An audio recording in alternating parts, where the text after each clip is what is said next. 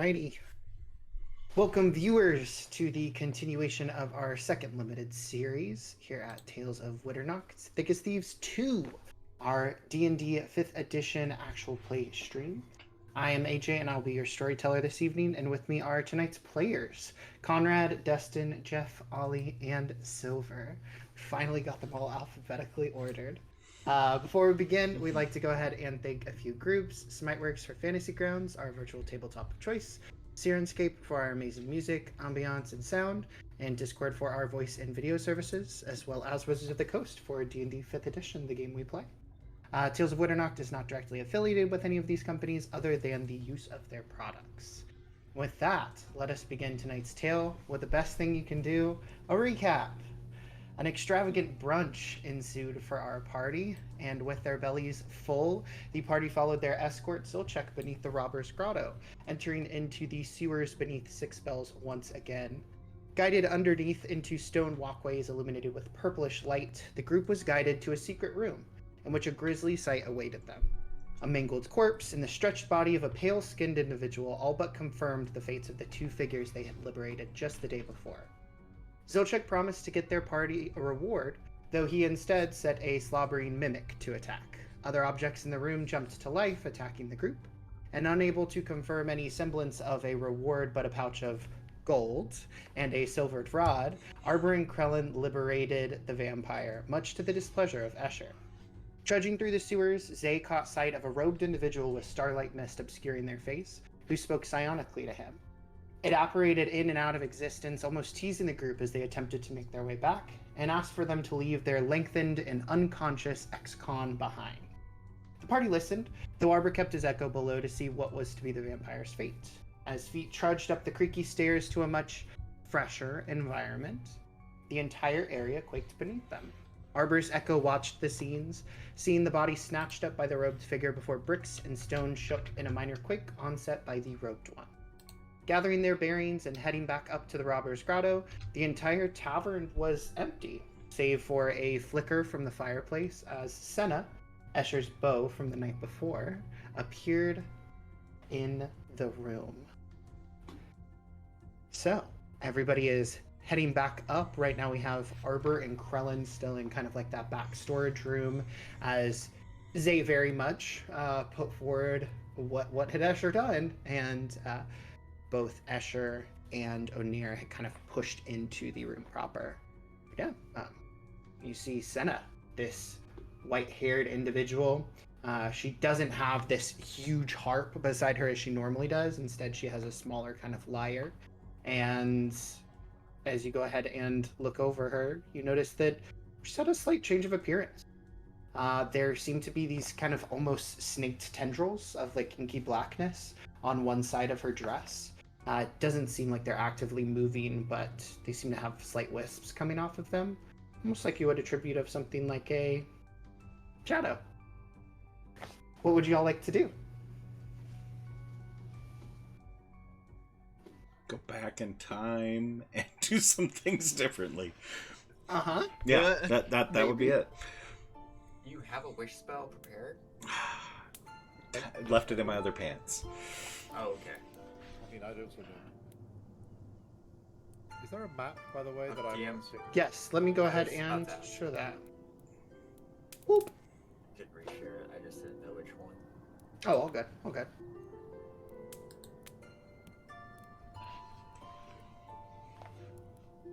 Yeah, Senna's just standing there. She seems quite relaxed as she goes ahead and kind of saunters on forward over to one of the tables, pulling one of the chairs as it streaks across the wooden floorboards, kind of making a slight noise.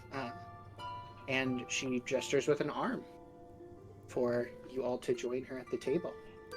Okay, just for clarification, my memory may be shaky, so I'm just trying to remember. Did she step out of the fireplace as we walked up? Okay. Yeah. Okay, Yeah. so we've seen some supernatural shenanigans going on. Absolutely, yes. Aside from the creepy black wispy dress. That just looks cool. Made her entrance. Indeed. That's just fashion. Yeah. Escher can appreciate that. That's just a slight. That's fine.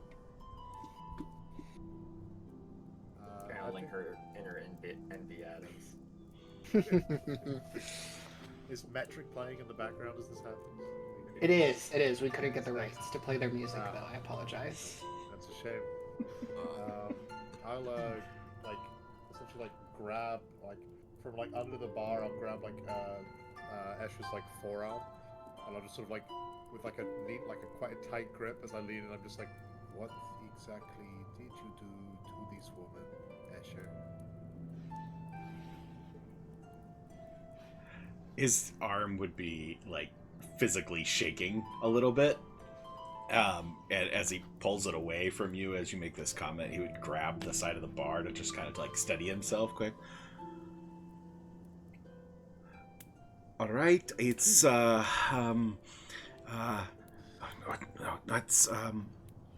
it's all gonna be fine. Puts himself in character a little bit. Nothing happened. It was all good.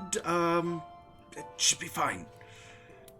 He just stepped out at the fireplace. Yeah, I know that part fucks with my head too, but Right, that does not seem good.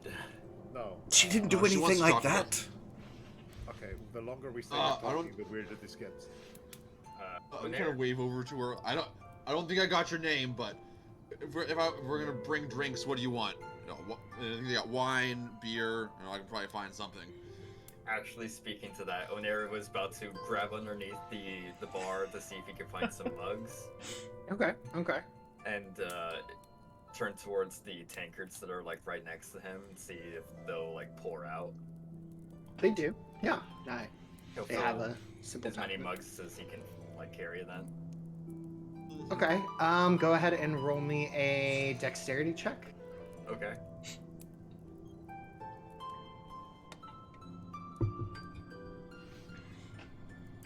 Oh yeah, easily. You've got 2 in each, and then you got some on the pinky too. So you've got a full 6. Excellent. He'll take those in hand and carry them over to the table. As he does so, he'll see like peek in towards and see what if Krellin and Arbor are like following suit or.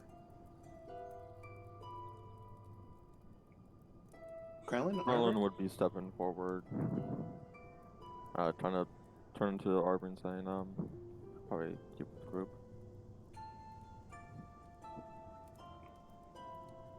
Yeah, just before they step through, he'll just like whisper towards them, just like, "Be careful, she stepped out of the fireplace." Maybe it's like a normal thing for her. Maybe that's how people travel when you're like this. Krellin will just kind of lean onto the bar, holding his hands together. Okay. Yeah. Esher, as you go ahead and kind of head over, Onair, you have all of these kind of drinks in your hands as Aeon approach, and Krellin very, very cautiously kind of watching from afar. Arbor, are you moving or are you staying in that back room? Oh, yes, no. Arbor would step through and would you actually share the map with me again? Oh, yeah, I can go ahead and do that. Boop. Yeah, no, if you'd step through, like, if O'Neill starts carrying drinks over to the table, he'll, like, walk over to the table where this woman is. Cool. And token lock is off, so you can go ahead and approach. Yeah. Cinna. DM, I was just gonna ask, as Onair like walks up with the drinks, can he also like put out his divine sense, just as to see like if anything rings off of Senna? Yeah, you can go ahead and use your divine sense. As you go ahead and do so, that's giving you access to celestial, fiend, or undead, Yes. if I'm not mistaken. Okay. And it doesn't necessarily work like a normal. No. Don't ring anything from those 3 schools. Okay. She is quite angelic, but hey. Just had to check. Senna kind of rests her hand under her chin. She just kind of bats her eyes over at Escher a little bit, but she very quickly kind of opens up her disposition to everybody, especially as Onair brings drinks. And although you very dexterously were able to gather all of them, setting them down is a little bit more difficult, as you have to go ahead and find the proper way to kind of disengage these drinks from your hands. But you do so without too much spillage. And there isn't anybody to judge you, save for Senna, as she finally speaks and says, "Well, I will admit that you took quite a time under there, but I am very glad to see you all back safe."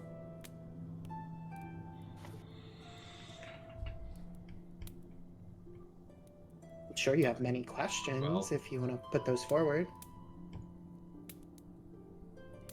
Yeah, So I think we who- have some fucking questions. Who were they? Who were they? Those two. I'm sure you know who they are. Oh, well, I do know enough about Zilchek. About as much as I know about each of you, I would probably say. And of course, as you were due, even though it was slightly falsified, she kind of like reaches to her side and she opens up a small pouch, which you notice she kind of takes and she pours over, and you see a myriad of objects spill out onto the table. You see this small kind of figurine that tumbles off towards the side, almost like it's going to roll off of the table. You hear a clatter as a very large set of manacles actually fall into the center of the table. Small kind of like feathered bracers also kind of fall down and kind of like nestle themselves into one another. A ring clatters and kind of jumps across the table a little bit on the opposite side of the statuette. And then you also notice a pair of glasses that luckily land safely atop the bracer. Your reward. Oh. Well, thank you. Of course. Okay. I've got to ask, what was the deal with Zilchek then? If you're just gonna pay us?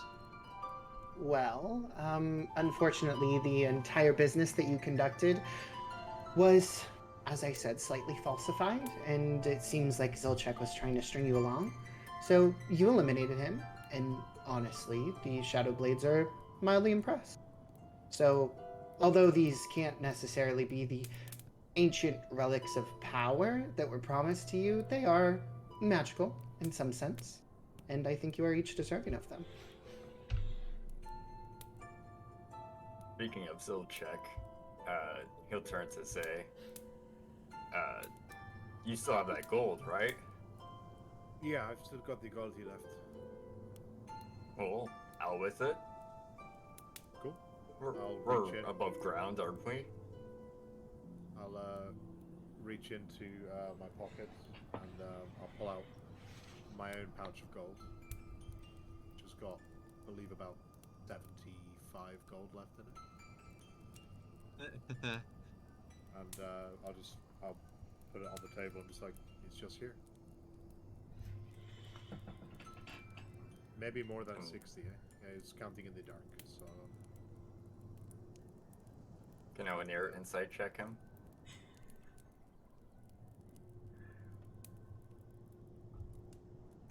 You can, yes.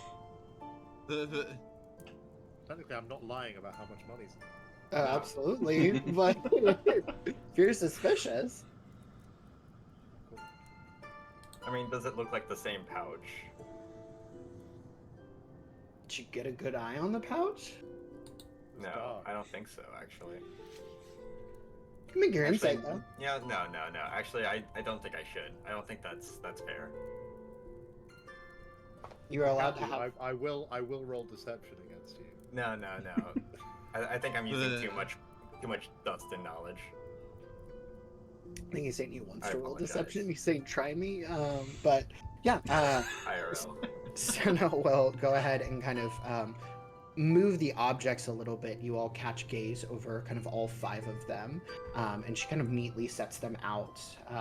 She very quickly pushes out the manacles over towards you, Onir, and says, I believe that this should go ahead and be helpful in your endeavors. Go ahead and chase down whoever it is that you're looking after. And she'll give you a wink.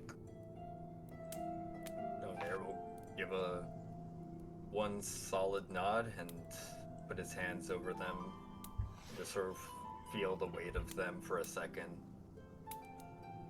Yeah. As you go ahead and kind of have them in your hands, it feels like they're not necessarily just made of like this very dark iron. It almost seems like they have this like gemstone like quality to them, like a dark like obsidian, and they feel weighty, not just in your hands, but almost on your entire being.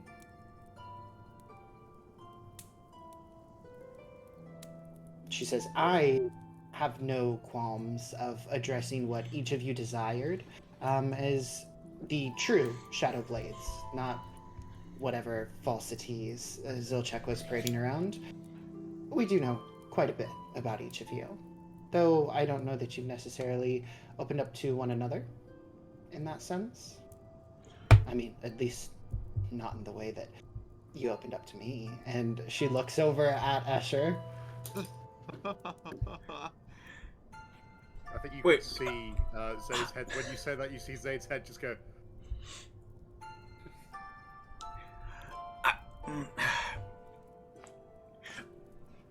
All right. Okay. So, lovely theatrics, all this mess. I'm just trying to get everybody on the same page before we go walking off with whatever crap you're giving us to potentially kill us on our way out the door, because none of this has been straightforward. Did you hire us in the first place, or are you just happening to pay us because we dispatched a goblin and turned over some vampire criminal in the sewers? I mean, I'm just... Her face kind of stiffens a little bit, and you notice her shoulders kind of roll back. I'm sorry. Did you do specifically what you were told not to and try to investigate into who exactly it was that you liberated? It was supposed to be a sight unseen kind of job, as it were. We haven't. We're asking you. Were we working for you in the first place? Or were we working for the stupid stooge that's laying in a bloody mess in the bottom of the sewers? You were working for the organization that needed to dispatch somebody like Zilchek, who decided to take it upon himself to put his nose where it didn't need to. Though I'm sure each of you know better than that. And the rewards, as well as the gold that you can more than keep from his corpse, should speak enough for a reward. So was this job to take out Zilchek, and the two prisoners were just collateral damage? You can think of it as that, but you are showing that you are a little too curious, if I'm being completely honest. She kind of leans over towards you, Arbor, and you feel like, although she's giving you that smile, there's kind of a ferocity behind her. Just to ask a quick question, not to be too curious, but you have selected all of these items and they are specifically chosen for us. Is this a way of both rewarding us and also showing that we are not beyond your reach in terms of knowledge? Oh, well, I like that you're putting your mind in that space. Yes, this is a reward for the job that you've done, dispatching Zilchek, as well as aiding in the prisoner's escape. But I wouldn't say that any of you are individually beyond our abilities and reach and scope. We can take these and we can just leave. Absolutely. I'll turn to everyone else and be like, Hey guys, if you're looking for a win state out of this, taking these items and leaving right now, that is a win state. Which of these items is for me? Well, that would be these. And she points down at the pair of glasses. You notice that they have this odd kind of, not too unlike the shackles, this like gemstone-like quality. They're multifaceted in lenses, almost like you're looking at the eyes of a fly or a spider. I'll pick them up. Just like give them a once over. Like these are they lenses themselves like tinted as well? As you turn them over, it seems like they're tinted in a myriad of colors. It's like they hold almost the entire chromatic rainbow inside of them. These are very nice. I think it should aid. These are To specifically for me, right? yes. It will help not only to augment your arcane abilities, but also a stylish accessory. Gives you a wink. I'm someone who appreciates style and aesthetics as well as my magic acumen. So, thank you very much. I'll take them and I'll sort of fold them and I'll place them inside my pocket and just be like, everybody get your things and we can just leave, like right now. And all of us are alive and we have gold and things. I've done my job. I just want my pay. I don't care about the rest. Perfect. Then this would be Okay. for you. She hands it over to Krellin the bracers, and as she's doing so, she stops as Arbor says that. Yes? Sorry, I have another question. So, you said you're here to answer any questions that we have. When I asked a question, you said I was getting too curious. Right. Just slightly annoying. Oh, no, yeah, I've been called that before. Yes, I am not trying to scare you off from asking questions, though some questions are bigger than others, and the only way that we can move forward with the answers that you seek is if you were to maybe continue some sort of working relationship with our organization. Though far be it from me to apply pressure, as it were, it doesn't seem like Zilchek was very successful in that sense. I'm sure Zilchek was good at anything, except drinking wine and spending money. That's very true. Dying. Though I will say, he is dead. Yes. And that is something to be celebrated. She'll continue handing over the bracers over towards Krellin and say, I believe that these will go ahead and lend themselves towards your martial capabilities. And as she kind of hands them over, you notice that she has to almost like catch them again as they seem to almost slightly phase out of existence. And as she readjusts and repositions her hand, they actually kind of settle again. She hands them out towards you. Yeah, he will take them and just try them out a little bit. Pretty cool bracers. Very nice, kind of like leather to be wrapped with a very nice buckle underneath as well, and this very pure kind of like silver. But as you're kind of looking it over, you notice that maybe it's not necessarily silver, maybe it's some sort of other material made to mimic such. And like feathering kind of on top of it as well. She looks over towards Arbor and she says, for the one who asks too many questions, this. And she hands you this small kind of wrapped statuette in black bandages. And as she hands it over to you, it starts to almost kind of unfurl ever so slightly. It seems to be this kind of obsidian statuette.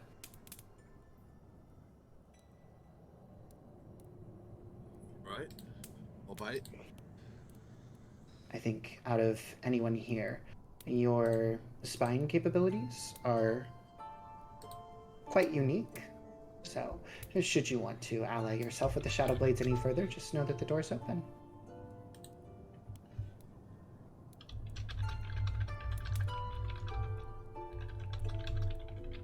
She'll go ahead and hand over the last thing that kind of like rolled off to the side before she picked it up. And Esher, you noticed it. kind of landed right in front of you, a small ring. Esher will just stand up, pick the ring up, look it over quickly, and put it in his pocket, and just look to Zay. Yep. Zay stands up. Well, an absolute pleasure. But I am leaving with my money and my life. So this is, for me, a successful job. Unless you want to tell me how you managed to travel through fireplaces. Oh, Or is that one of the big questions? I don't want to be asking them.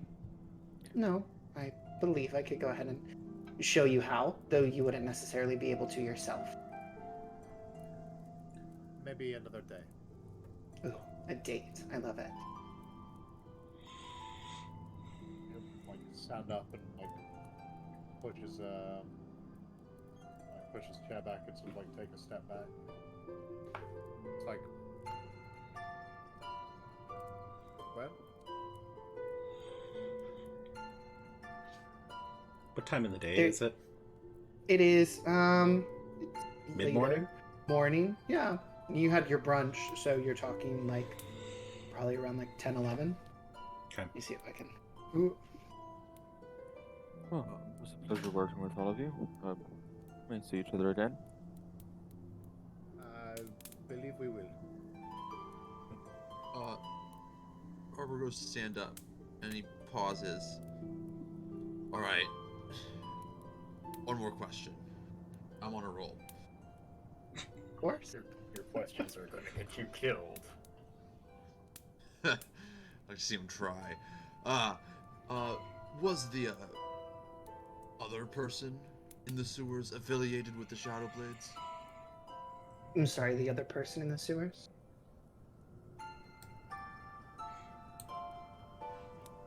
Esher will just put his Perhaps hand we on should, Arbor's arm and just squeeze as hard as he can. No, He'll pick up his manacles and stuff them in his pack and begin to walk off. Senna sits back and goes, No. You said that you were on a roll. So, if you wouldn't mind enlightening me, who exactly are you talking about? From the sewers? Or did you inhale so much that you started seeing hallucinations? Well, I mean, if you're wanting to hire me for my abilities, might as well try to sell myself. No, there was a person who shadowy kind of disappeared and reappeared in and out in the sewers. They kind of waylaid us before we made it back to the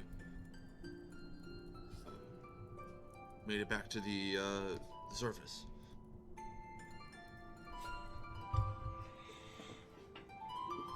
And you left them?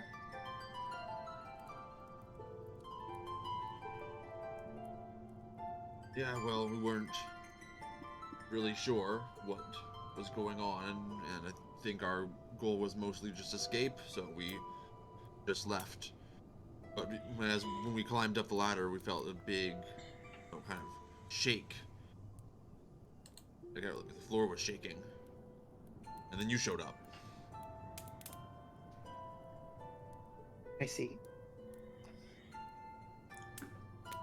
Arbor, you hear in your head, I don't think this is the best line of questioning to be going down. Shadowy people going through shadowy places, and if it's one of them, they're not going to want to know that we know about them. If it's not one of them, they're going to probably hold it against us, and I'd kind of just like to get out of here alive. But you do you. I'm gonna leave.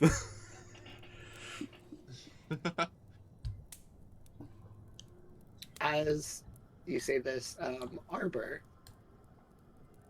she very much is fixated on you, but she does seem to very quickly feel like she's looking through you, kind of towards the others, and say, nobody else wants to add any more pertinent information on top of that, take the money and run, as it were. Can't add anything if I don't know anything. This is more of a walk, honestly. Right. Light saunter. Well, just know that I took time out of my day, as I favor you as players in all of this.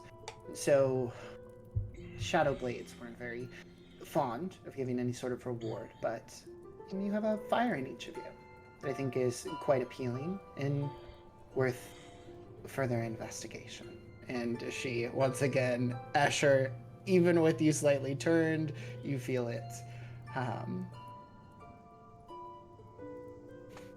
Do you have a place where you'll be going? I hope so, as I don't speak for the entire organization when I say that you'll be safe. Well, you already know I had a lovely setup in another place. If you need to contact you, just leave a message over there.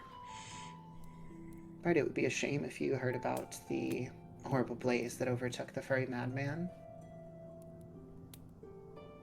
It's extremely flammable with all of those furs. I don't know who in their right mind thought that that would be a good business venture.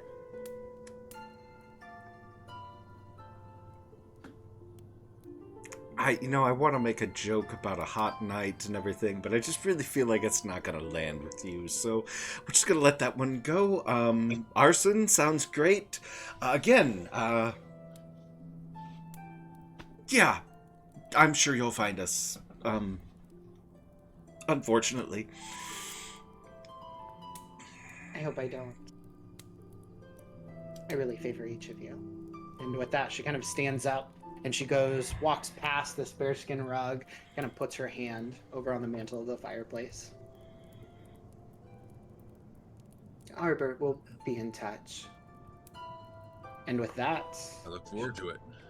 she doesn't necessarily burst into flame, but she is out of this space. She's overtaken with kind of this pale flame. You are left all alone. She's scary as all fucking no, but that was cool. Escher's just looking to make sure yeah, that the was... bursting into flame, turning into flame, whatever the hell that was, isn't the start of this place being burned to the ground. No, it is not. It is not. So do we have a target on the backs of us now? Well, now we do, yes. We were in favor before, and now, yeah. Perfect. Kind of just looks over at Krellin and just laughs. Krellin's out the door. I was gonna say, Krellin disappeared. Yeah, Krellin was like, nice working with you guys, bye. Shit. Oh, he always does that right after we finish a job. I will reach into that pouch, I'll pull out 15 gold, and I'll hand it to her, and I'm just like, well, 75, so 15 for everybody. Well, thank you much. I appreciate it. Yeah, of course. Hopefully I don't see you in a ditch somewhere. Honestly, I think of ditches in the same way I think of sewers. So if I can avoid them entirely, perfect. Arbor, I also have money for you. You may need it to prepay for your funeral. I am not sure if it is on like payment, like a payment plan or something like this. But here's your money. You can buy a headstone ahead of time, can't you? Yeah, I can carve it beforehand. Try not to underestimate me. It's not underestimating you. It's understanding the reputation of the Shadow Blades. The worst thing you can be is a person of interest to them. Right. We should probably just vacate the city. See, that's where my brilliant plan comes in. You all are persons of interests, and if I become an employee, and I'm no longer just a person of interest. Yeah, I guess as a job application goes. So are you saying you're going to hunt us down? Oh. No. Should I kill you here? Once again, I'd like to see you try. But I try not to. I try not to hunt down people. I try not to take jobs against people I've worked with. Escher's made his way over to the bar and is quickly going through and finding any decent bottles of wine he can. Not stealing them. He's just grabbing about 4, 2 in each arm, leave some gold on the counter to what he feels might be fairly equitable. You definitely find some. You also hear with your passive, now that you're not just absolutely fear-stricken by the appearance of Senna, a muffled sound coming from the back room, kind of wherein these antlers kind of are. Store back here. Well, anyone up for one last drink before we split off? Fuck it, why not? I brought all these drinks and no one had them. Whenever we'll sit down. I feel as though, Esher, you are getting these drinks to go. This is right?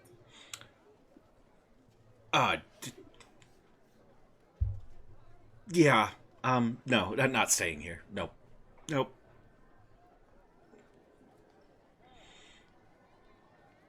If you guys wish to stay and drink here, you absolutely can. I cannot wait to how to put this in the best possible way. Never come back to this bar ever again. All right, Onir, let's grab like 2 or 3 mugs, and we'll follow them out, and we'll go drink elsewhere. Onera's down 2 already. Hey, Krellin. You're kind of stood outside, right?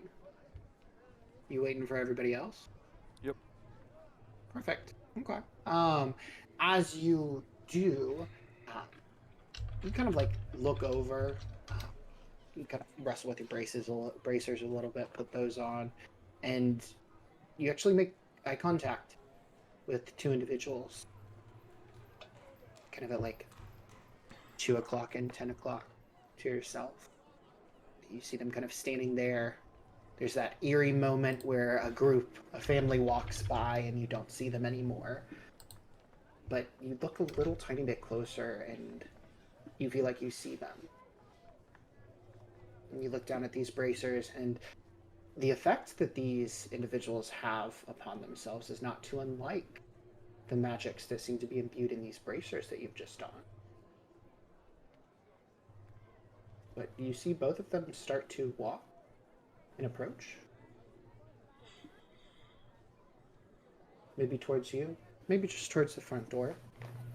And you have a choice before you. What would you like to do? Krellin would still have his staff in his hand, kind of using it like a walking stick. But he'll kind of just step to the side of the door as he does, so he'll kind of like tap the door like twice with his staff. Kind of try and grab everyone's attention, but he'll kind of just lean against the wall next to the door. Okay. I heard 2 knocks on the door. From Krellin's staff, yes you do. We're closed.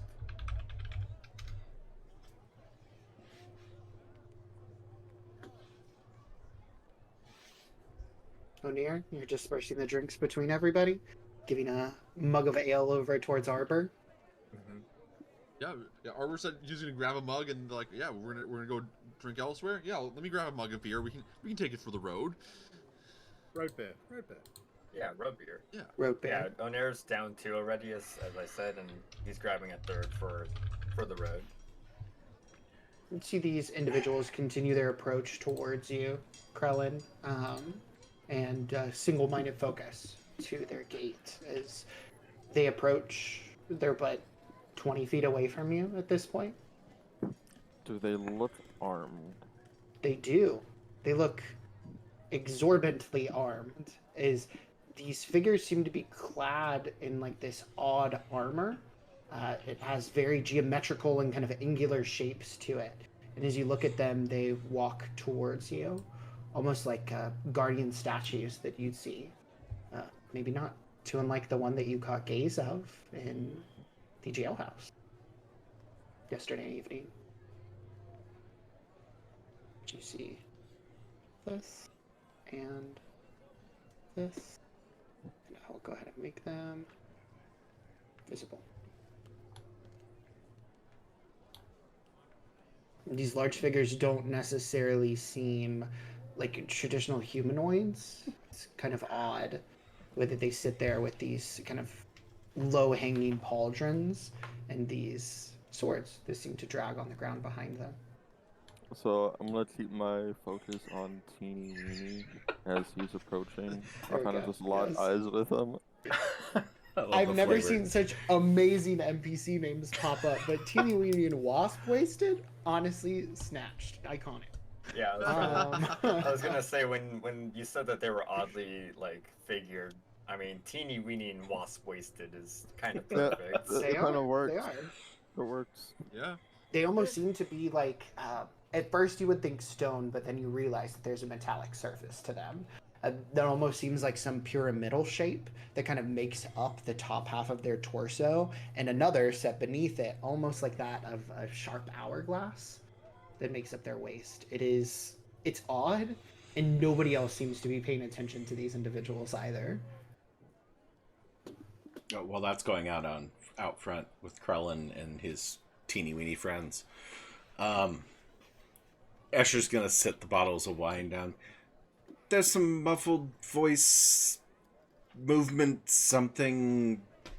I'm probably gonna go in here and die. So if I don't see any longer, farewell, good riddance. Wish you all well in whatever crazy endeavors you do, and that's enough. And with that, he'll pass through the door into the back room if he can. Yeah.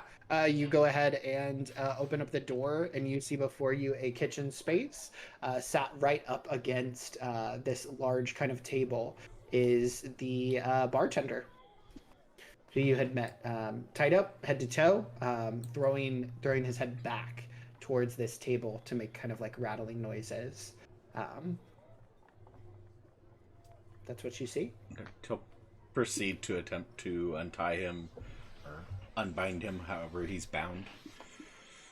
You definitely are able to, with a little ease. And as you are in the back, we jump back over towards the front. Krellin, at this point, you have notified everybody. You haven't heard anything from the interior. What's your next move? Does it seem more clear if they're approaching me, like if their focus is on me, or if they're going towards the door? It seems like their approach is just forward at this point. They don't seem to be pincering in the way that they were before. Kind of straightened out slightly. Okay, so he'll slowly take just like some slow, casual steps to the side. Move maybe about 15 feet, kind of try to pay attention to how they react. Okay. You see the one kind of on your left continues walking just straight forward, and the other one that is slightly before you does slightly turn and begin to go ahead and walk towards you. And at this point, we are going to go ahead and roll some initiative. Here we go. Because for Arbor and O'Near, you would see out the window. Though I think for Arbor, you're the one who would see far enough out. O'Near, I don't think you have enough gaze out there. Got that vision. Gonna guess that's on the one.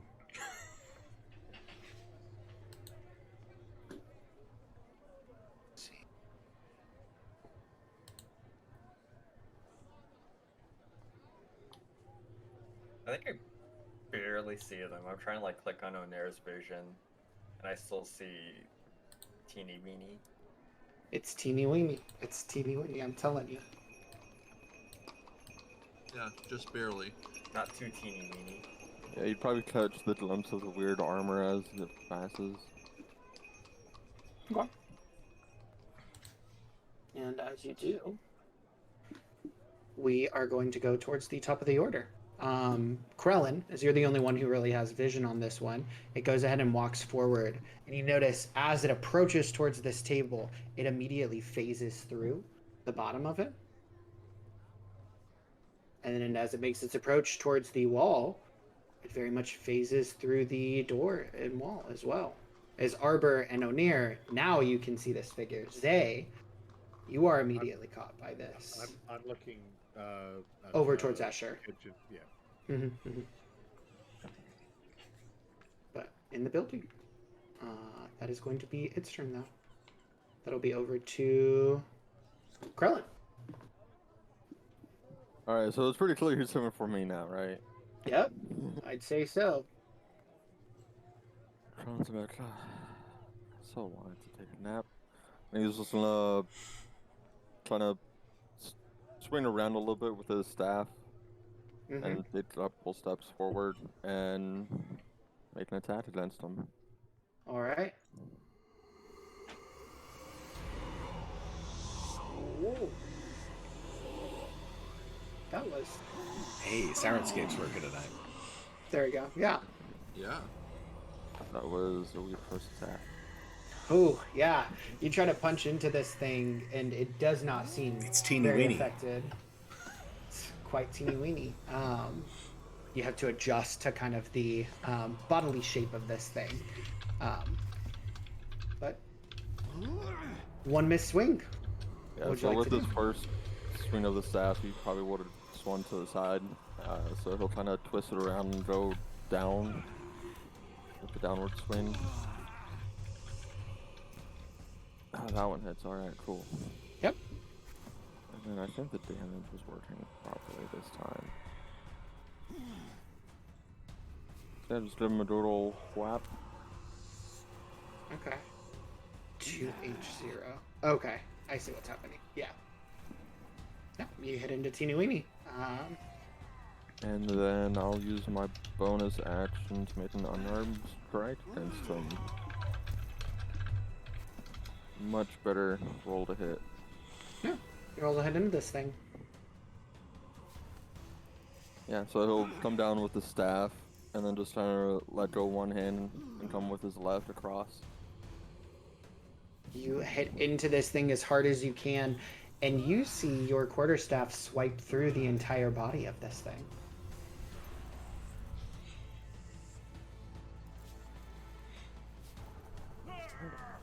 It just seems to phase just around the entirety of your strike. Well, let's see what he does now. That'll be his turn. That's actually over to Esher.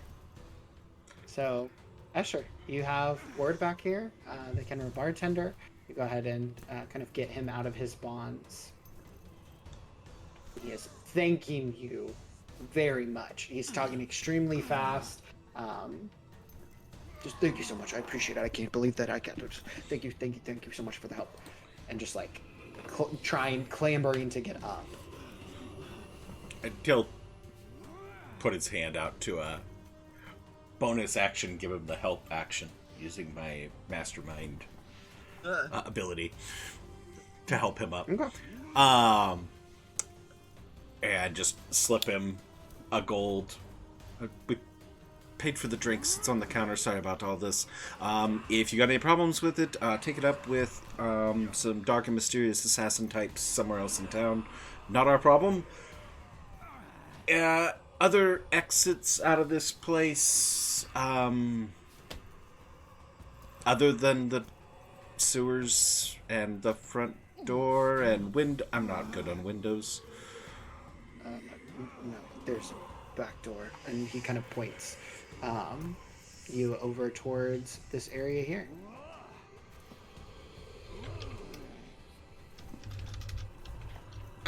Excellent. That would be splendid. You have a great week. And just telepathically to Zay. Back door, kind of feeling like, let's just leave. I'm not sure I want to be around the one who's trying to sign up with the Assassins. No.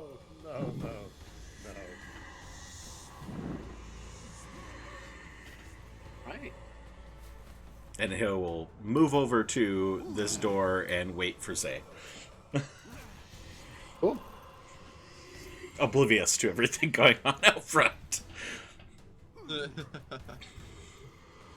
in that case, we hop over to Teeny weeny. Teeny Weeny is going to go ahead and take this blade that's kind of been like scraping on the ground and going to go ahead and make an attack on you, Krellin. 20 to hit. As you feel not only the sharpness of this blade cut into you, but you also feel just the searing pain of necrosis around the wound. Oh, shit. Take 16 necrotic damage from this. Okay. I don't know what's happening to you, Krellin, but it's been nice knowing you. I'm resistant to necrotic, so I should only take 8. Ooh, nice. I don't know why that doesn't Nice. automatically apply. Wonder if it's on your sheet or not. It probably isn't. It's under special defenses. It says resist to necrotic. Does it put it there automatically when I put the It's vampire? Supposed to. AJ, you can add it in the combat tracker Okay. as a status add- on Krellin. Cool, let me add. Do I have to go into effects or? Yeah, just click I can just click the effects and then type in resist in all caps, :space, necrotic. Resist.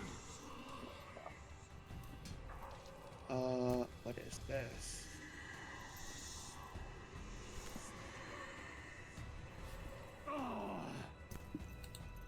Huh. That's not popping up. No, like actually just type it in on the combat tracker. Krellin's. Oh, okay. Yeah, I can do that. Dude, Yeah, the only one that you can pull up is resist, and then you edit in the type of damage. Is the Oh, one from the effects resist. list. And then necrotic. And just do necrotic as lowercase, and then it should Cool. work. Oh, all necrotic. Or all lowercase. Yep, just on the necrotic part. Yep, Nice. that should work. Appreciate it.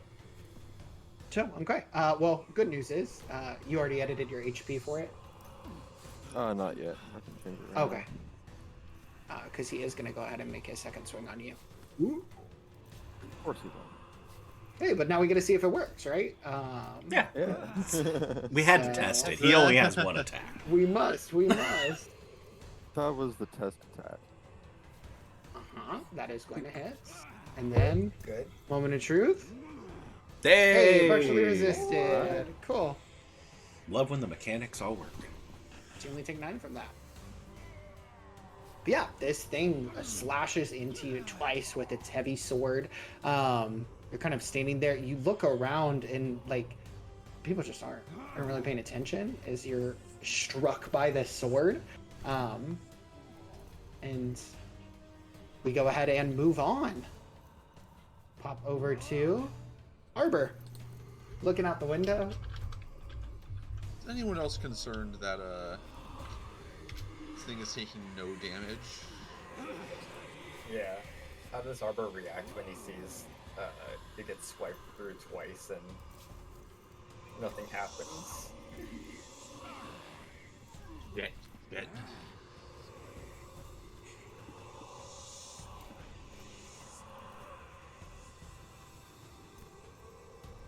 Dear, I hope you know how to take care of this thing. I would rather Yeah. much not take care of it. I'd rather just go. We've got what we came for.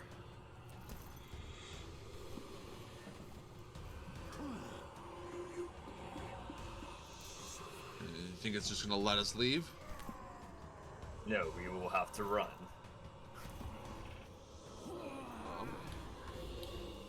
somehow we have to get our friend out of there.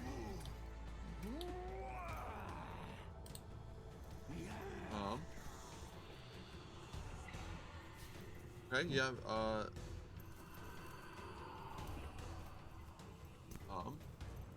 Arbor is going to then,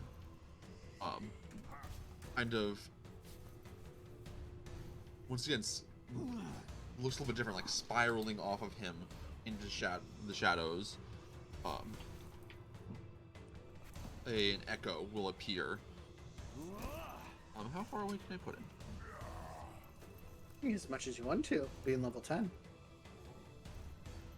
Or it can Well, when be I as summon far it, away there's still from. a- Yeah, yeah. When I summon it, there's still a range. Yeah, within 15 feet. Okay. So Drag it from the tracker and then you can move it around. You should have control over it. What is on the comment?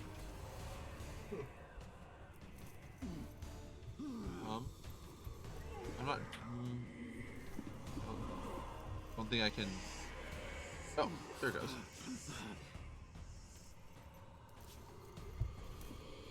Go ahead and summon it. Right there. Yeah. And then kind of shout out to Krellin, hoping he'll hear me. Hey, just run! Just run for it! And the Echo is going to move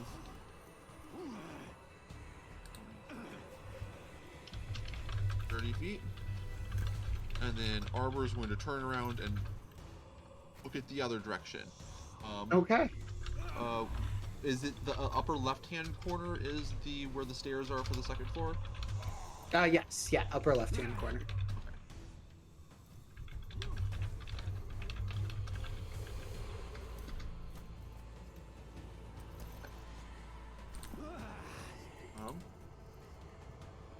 Yeah. That's his turn. Okay. All right. I'm going to go ahead and, just for the sake of having it on the grid, I'm going to put your... Sorry, I couldn't see where I was moving it. It's okay. It's okay. 'Cause Zay, you see Arbor. Woo! I'm just gonna be like, Abo, where are you going? You going upstairs? Just take a fucking look around you right now, Zay.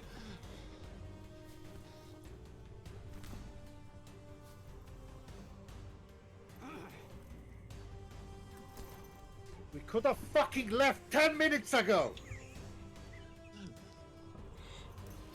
We're leaving now! With that, you get Esher, you get the same sort of psychic message that's just like, there is a fucking magical thing in here, and leaving is definitely top of my agenda still. I will move towards the door. I don't know how much movement that was. You should have enough. Yeah, that was 20. How far away is O'Neill from me right now? O'Neill from you? 15, 20, 30, 35. Like 55? Maybe. 55, yeah. Yeah. I'm gonna move a bit further back in here so I can maintain line of sight on O'Neill. Okay. I'll walk up to Esher and just be like, back door, is the back door open?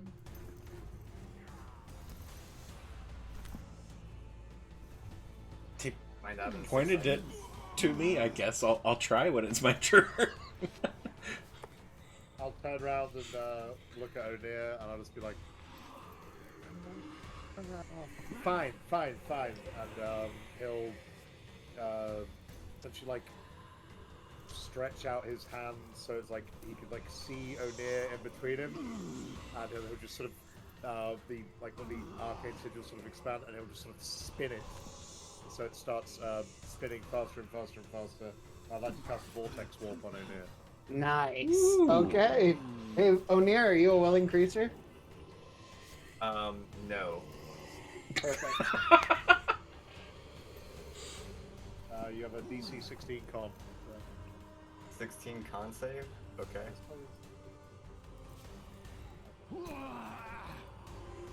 He doesn't know what's going on, Nice. but he's going along for the ride. Then like the same sigils sort of like essentially around your wrists and then around your ankles, the same sort of sigil appears spinning quickly, and then you sort of just get crumpled up, and then you appear like right in front of me and Esher. It's like there. Yeah. And here will like I stop and I'm just like, there's a back door. There is a back Merlin's door. still out there. I'll put a hand on his shoulder. I don't know if I have enough time to do this, but I'll put a hand on his shoulder and I'll just be like, Krellin is dead now. We will remember him. And can I see Krellin from here?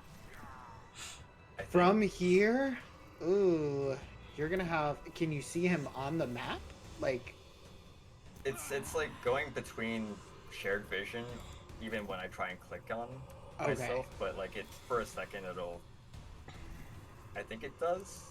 I don't He think doesn't you disappear. technically see him Okay. even across the room because he's in the darkness of one of the windows. He's in between windows right now. Okay, all you see as you look out there is Arbor coming towards you. Yeah, Onair will shake himself off as he gets warped into existence. That's the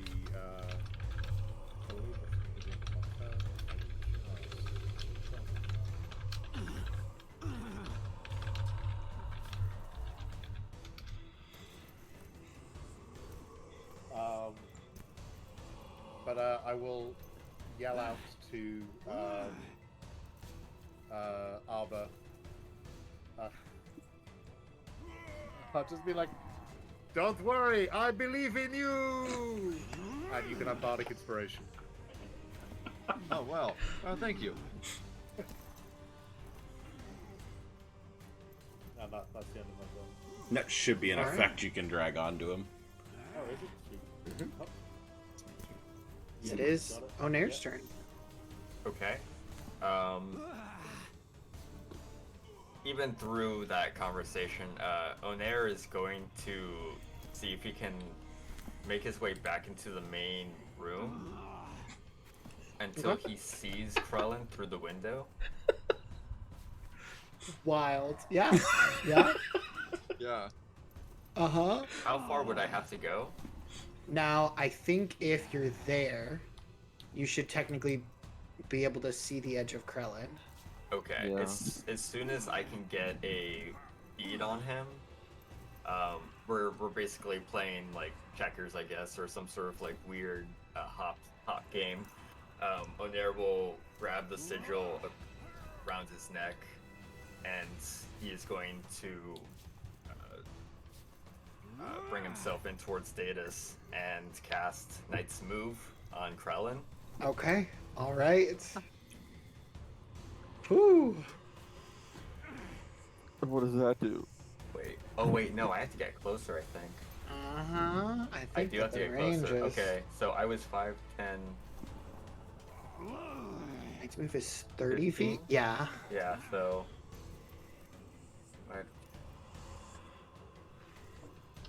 15, 20, 25, 30. I also love the idea that Arbor just sees Onair walking out the kitchen. Arbor was behind, or Onair was behind Arbor, and then she's in Yes. front of Arbor. And then just walks out the kitchen. It's a double take moment for sure. So that's 20, 25, 30. I don't think that you can I get don't think I within. get close enough. Yeah, 30 puts you 5 away from the wall. not even outside. But now you're next to Arbor.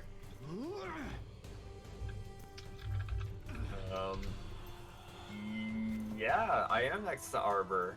And that'll be Onair's turn. He's gonna turn to Arbor and say, They're going out the back and trying to get Krellin. Try not to die. Me? Well, at least live long enough so that if if you come to hunt me down, I can kill you. Sounds good. Alrighty. Anything else with your turn, Onair? No. Onair's running towards the front. Alright. So, what that means is, as you are stood there, right next to this door, you actually notice, Esher, as one of these things is going to go ahead and... Gosh darn it, it's gonna make me do this. It's gonna make me be goofy. It is going to phase through the wall, and it is now in the corner of this room as it steps in and it moves over towards Zay. I had a good authority from the architect that this was a shadow-proof room. Oh, yeah, sure. I love that everybody's like, they're coming from the front. So, as There is it goes there is a high-pitched scream briefly from the kitchen. all right, that is going to hit as you take 23 necrotic damage. I will use all of my ward. Perfect. 17 of that damage negated. It is going to go ahead and kind of like scrape this sword again, and it is going to mad whiff. So, at this point, if you would like to, both of you are within range, and you may go ahead and do an attack of opportunity on this thing. And for simplicity's sake, I'm going to move everybody onto the grid. So, that's kind of what you would be looking at. Add my health back on for the. Ooh, ornate mane. Yes. This one has I really can see cool it. It's right there. It's a very nice pointed devil's beard. How do you add HP back? Yes. I think you can just type it. Just You you, should be able change to, the yeah. wound number to decrease it by the amount that you should have You back. type in the correct So- number of wounded points. So put it down to 6. Okay, so I just click on the. Yeah, just Click put on that the orange number. It won't Yeah. like highlight it or anything. You just have to trust Okay. that it's doing it. And then change that to a 6. Yep. It is not. No, it's not doing it. So you have 6 damage right now because it took the ward took There it most of went. it. We Oh, did it. it was there. So, And then he healed There a you little go. bit more. There you got go. it. There we go. Okay, cool. It's cool to see it in real time. Yeah. Yep. So as this thing kind of like fails to make a proper attack on you, you may both go ahead and make attacks of opportunity if you'd like. An up close martial attack of opportunity. Unless you have Warcast. No, I don't. I guess, yeah, I'll, the high-pitched scream will then be followed by, say, grabbing his, like the sword he has out of his, sheath. It's like almost like curved, like a scimitar, but it's, like, somehow thinner, and he just sort of goes, "Ah!" and just, hits at this thing. Let's see if I know how do I target at something again? I've not done any combat. You're gonna go ahead and roll the dice to hit onto them. Yeah, so take your weapon, the black dice, and drag it on top of the target. Okay, which one? Oh yeah, this one. Did that right? Yeah. Yeah. I mean, Well, you I didn't did hit it him, right. so I that did- part I did- wasn't I did right. it but- right. But then in fairness, that does make sense. It's just like, Yeah. Yeah. Esher? It's gonna be. Oh, wait. Saga just redeemed a Reroll. reroll. Because I'm on no. top of it today. Nice. So you can go ahead and reroll that attack. Oh no, Saga, but I'm so bad at this. She's hoping for the at least get past the 10 mark. Nope. Ooh. Saga, you know how bad I roll dice. This will not help me. Saga Except for says, building your "Ha-ha." character.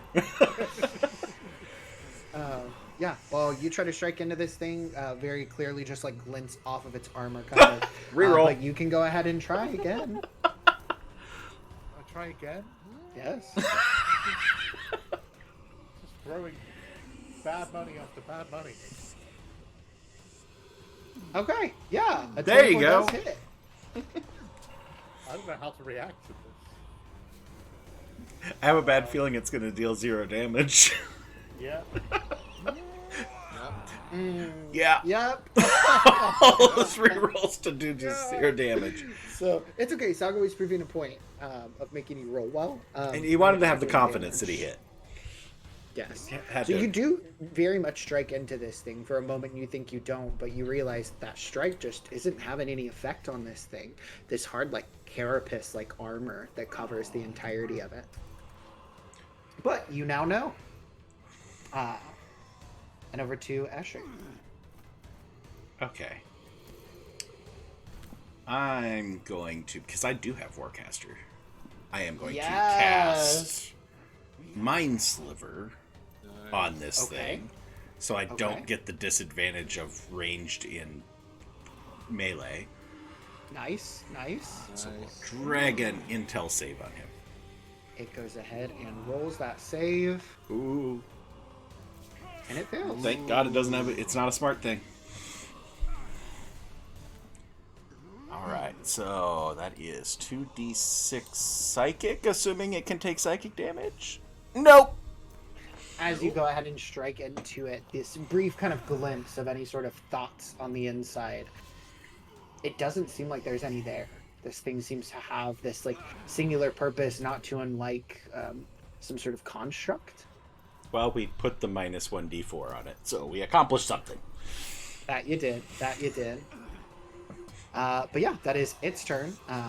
And now we are going to go over to Wasp Wasted. Gonna do a quick fist bump to Zay for Wonder Twins. Unite for nothing. Absolutely. We're effective. Yeah, unite in the shape of ineffective. You see this Shape thing in the shape just of melee. walk right through one of the pillars as its form seems to slightly waver, and it approaches you, Arbor, as it is going to go ahead and make 2 attacks on you. I'm going to move you into that. We're trying to keep everybody on the grid. So that'll be that. Is hey, it is blocked by your shield. This huge obsidian greatsword, and it does not seem to be able to make a strike upon you. But you see this thing in all of its glory now, stood right before you. It is massive. It is honestly kind of comparable to the biggest of your party. And that is its turn. So we're back to Krellin. You're going at it on Teeny Weeny. I'm doing absolutely nothing, so he is going to action disengage. Okay. I'll go 30 feet there, Uh-huh. and then his remaining... Okay, I guess we'll do the 30 feet first. I don't know why it's not... Oh wait. Sorry, no way. Acting a little goofy. Yeah, that's acting weird. And then I'll move 25 feet up. Okay. Okay. I'm getting out of there. So as you go ahead and try to move away from this thing, as it's kind of like up on this covered porch, even though you are disengaging, you see it try to make some sort of lunge towards you, but you are able to deftly escape and elevate yourself 25 feet up. Well, not up, but like up through the alley. Yeah, yeah. on the map. Yeah. It would be cool if you could just wall jump across. He's parkouring.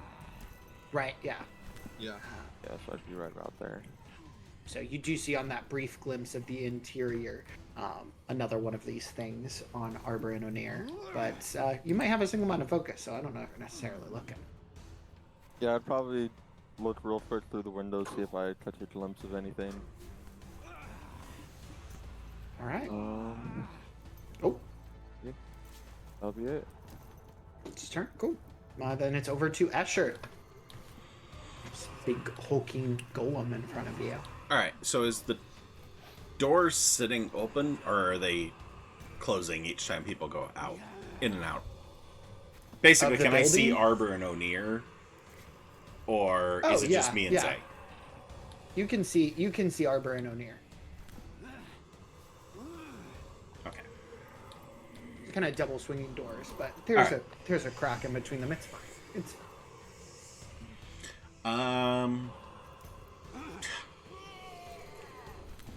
Lack of a better thing to do here. So that psychic damage is out. That's rough.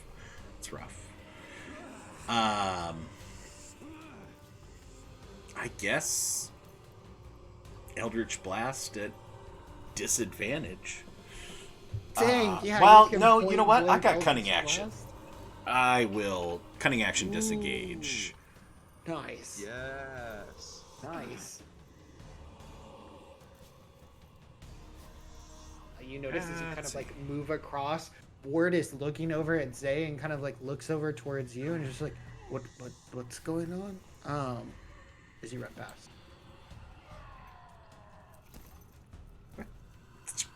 Everyday occurrence. No big deal. Alright. Now we'll Eldritch Blast. I had to check.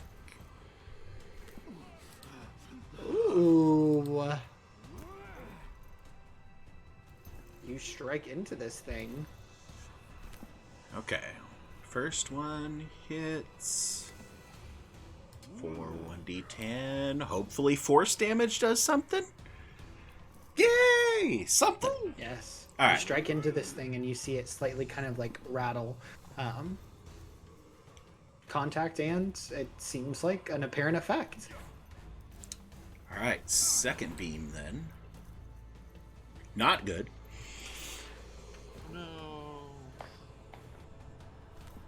What does your Eldritch Blast look like as you're firing it at this thing? So much like everything else, it's a quick hand to. Oh, there's a reroll on that there's too. the reroll. Yep. Yeah, he'll reach for the amulet at his neck and just grasping it, and then reaching out with his free hand. It's a blue beam with a little bit of purple tinge to it. Okay. But kind of a smoky beam coming off the end of his hand, and we'll see if that re-rolled second one can do better than a 2. Not a lot better than a 2. Yeah. We're still in the bottom half, but we'll take it. Shake that mane. That you do. As you strike into it, you notice the second one not nearly as effective, and you worry for a second that it actually didn't hit. But then you see the aftershocks, as it were, as this thing like slightly reacts, almost like it's glitching. Anything else you'd like to do with your turn, Esher?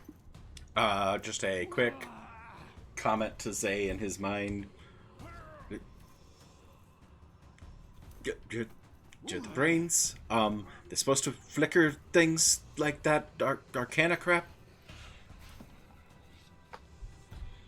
We need to leave.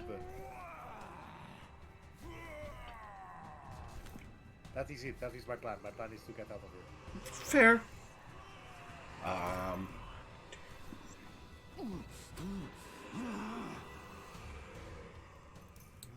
Alright, he'll move towards the window Okay, sounds good. to finish out the rest of his movement. And that'll be his turn. All right, it's teeny weeny time. It's so weird to say that. So It's 5. great. It's great. I love the flavor things that one extension adds. Yeah. Yep. It can singular purpose go ahead and go right over here to you. Of course you can. This is 30 feet. We love the Pythagorean theorem. Math is important, kids. It's gonna attack you. Yeah. Nope. That first strike, you notice Krellin, like, even though you're moving through, you kind of look back and see it right behind you. And its sword seems to functionally phase through the wall itself and attempts to make contact with you, but it doesn't quite materialize in time. So it makes its second strike at you. Oh. Loving that resistance. Hits into Yeah. this building beside you, and then you notice as it's kind of phased through just the slightest shift in its arm, since you can't see anything past that. Man, these screens are great for this effect. And then it just comes around and hits you, materializing in time for 13 reduced to 6. Arbor.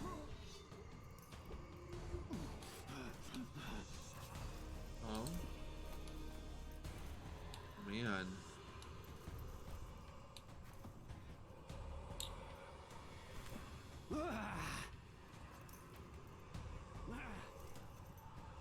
He has literally nothing. Well,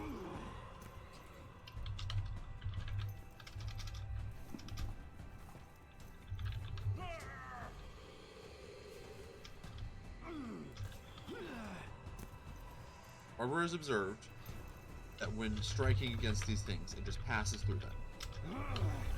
When they are hitting me, if I put up my shield, it'll glance off the shield, right? Mm-hmm. Arbor is going to hold his action, where as soon as this thing starts to attack, he's going to attack back. Oh, nice. Okay. Okay. With your Warhammer? With my Warhammer. Perfect. All right. You also have your Echo? Or are you just having it move off further? Did I see, was able to see which direction Krellin went? Yeah, you would have seen Krellin kind of cut around the corner of the building. Over to the left. Okay, let me... Would he have seen Teeny Weeny cut through the building? He would have, yes.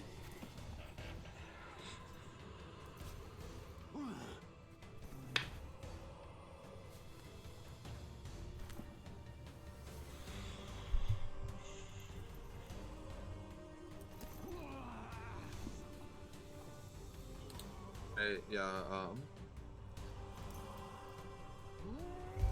and move the Echo 30 feet to the left. Okay.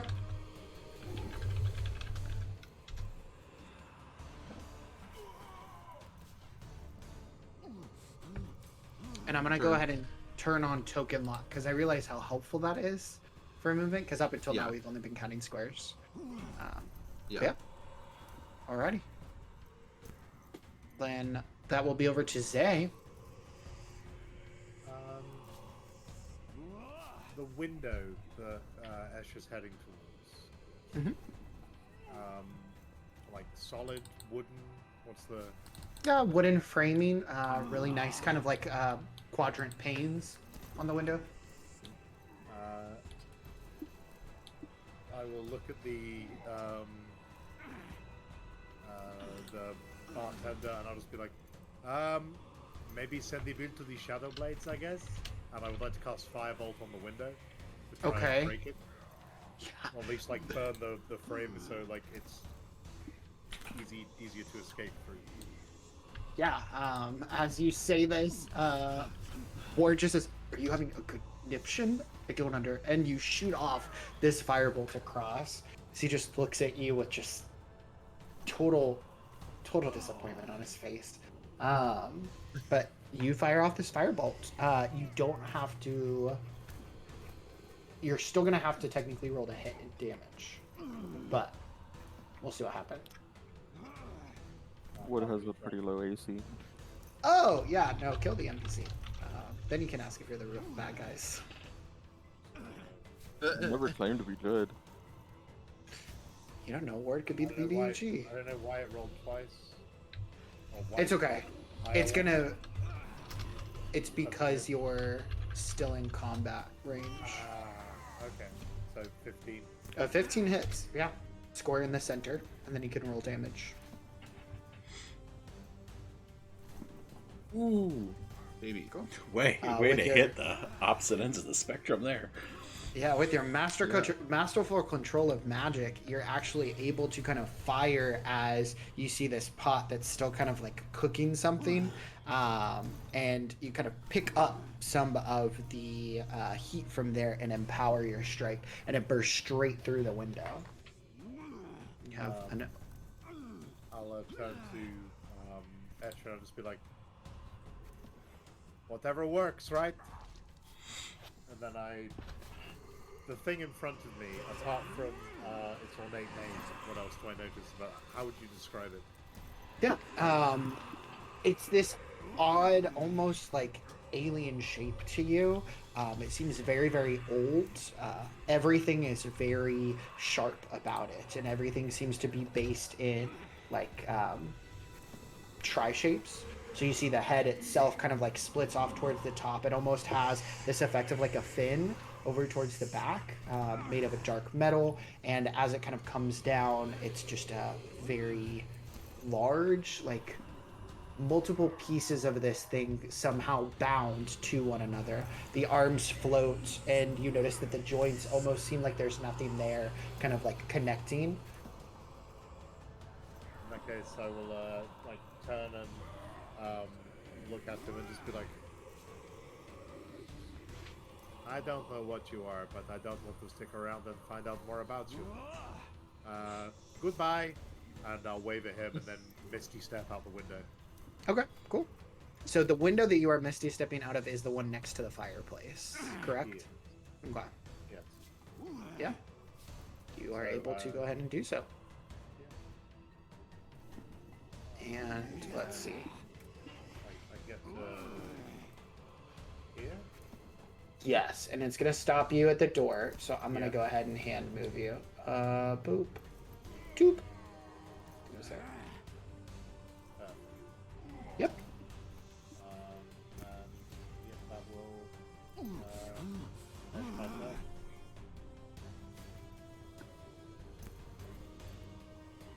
And in your turn? Yep, that'll end my turn. Perfect. Then it'll be over to O'Near. I see Excellent. Arbor braced right there.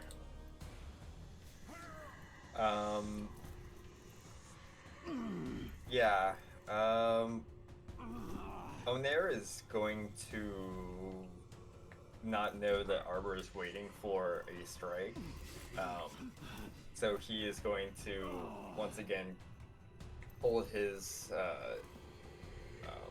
necklace in his hand, and he is going to turn towards the figure in front of him, and he's just going to speak flee.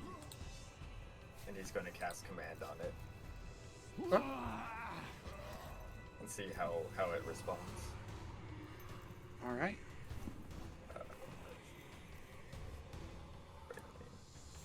I think I can You drag should- that. Yeah, you should be able to drag that save on there. Nice. Nice. It does fail.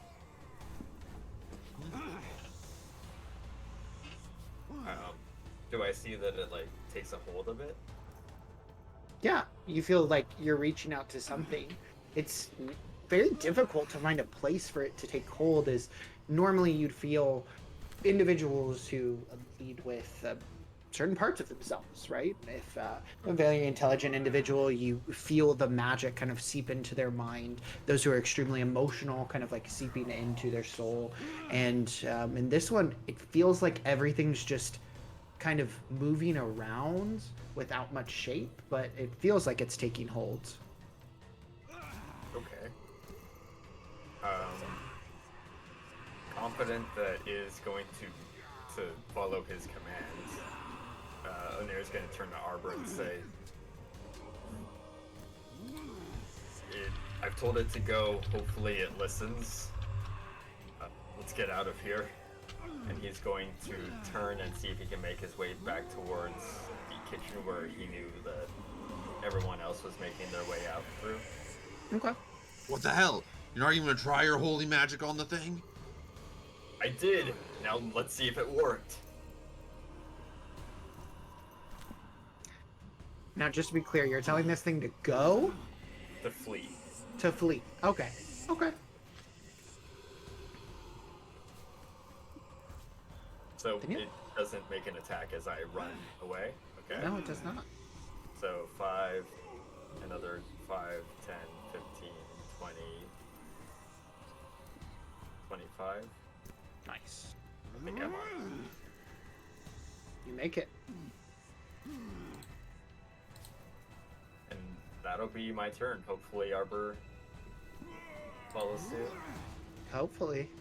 Okay, So just- at this point, Zay, I know you didn't take your movement. So, Move like 10 or 15 feet to the left because. okay. 1, 2, 3. Cool. I can do that. Then we are up at the top of the order. That is Ornate Main. As Ornate Main is going to go ahead and now do the same thing, not too dissimilar. That's going to be, okay. It's going to be, she's crazy. Oh, get me out of here. Okay. It's going to be 5, 10, 15, 20, 25. Cool. This thing heads out the door. Both Esher and O'Near, you see it just walk by. Outside the window, you just hear a, "Oh, come on!" And for Wasp Wasted, as it stares you down, Arbor, it just turns on its heels and it makes its way off. Gonna try and hit it? Yeah, if you want to try to hit it, you can. Of course I'm gonna try and hit it.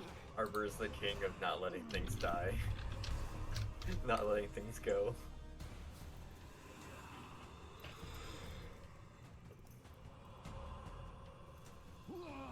All right, that does hit. Alright, I can Move drag. it back in front of you.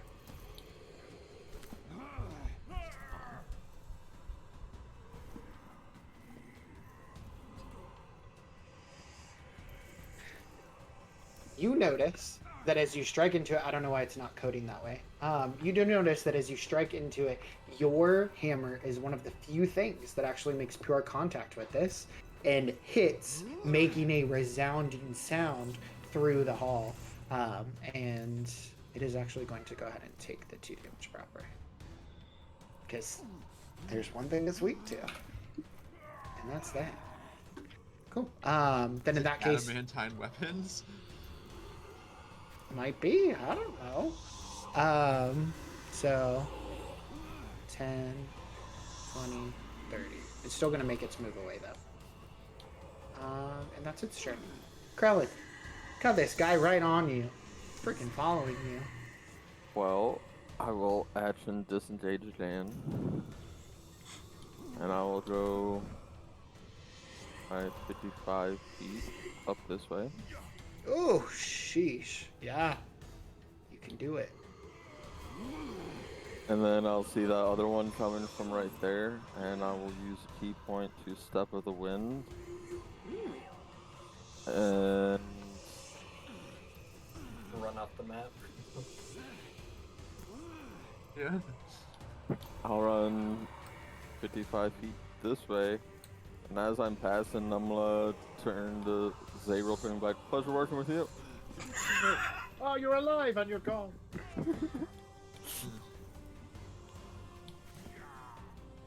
If I look to the right, do I see the other one? Yeah, I mean, Coming if up it's the within your alley. view, yeah, you would see it. Yeah, that's Dylan's turn. Alrighty. Then in that case, over to Escher. See the window blasted before you. Okay, so I would have seen this thing go past the windows after it ran out. Or You would have. you had to go phased through the wall, right? Yeah. Okay. It comedically looks like it's trying to walk through, and then it like, excuse me, and like goes around. That's just me. Okay. It's cool for that.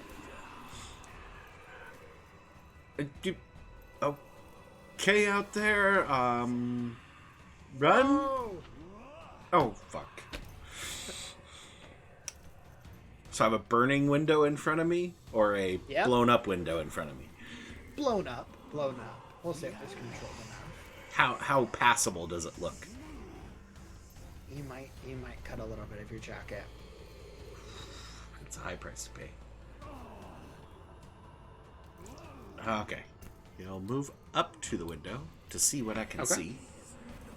Hey, I got line of sight on this thing. We'll pop a couple Eldritch Blasts off that. Alrighty.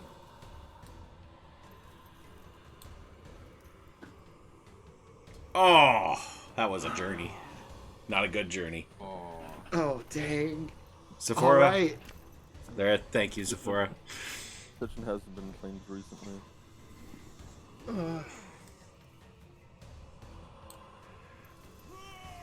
Boy, that didn't improve by a ton. But No. Oh, our rolls tonight. not solid. Alright, second. No.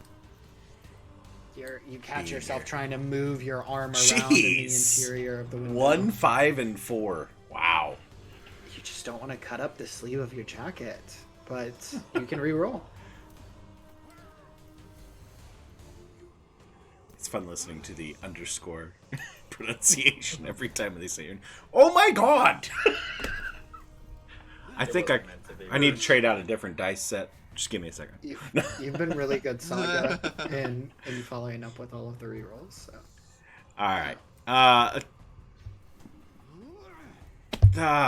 Fuck it. There goes. Going to attempt to get through the window. All right. Yeah. Do I need athletics, acrobatics, or am I just good? You're good. You're good. All right. Of course, I have to look fancy and go out the door and everything. Yes, you do. Technically, so. I think you can open the window. I can open it, but y'all can't move through it. Oh, okay. Wait a second. Never mind. Hey, discoveries. Oh? Oh, please move back. That was just me trying to move myself into the grid. Oh, here you go. You're in the grid now. All right. Yeah, you get through.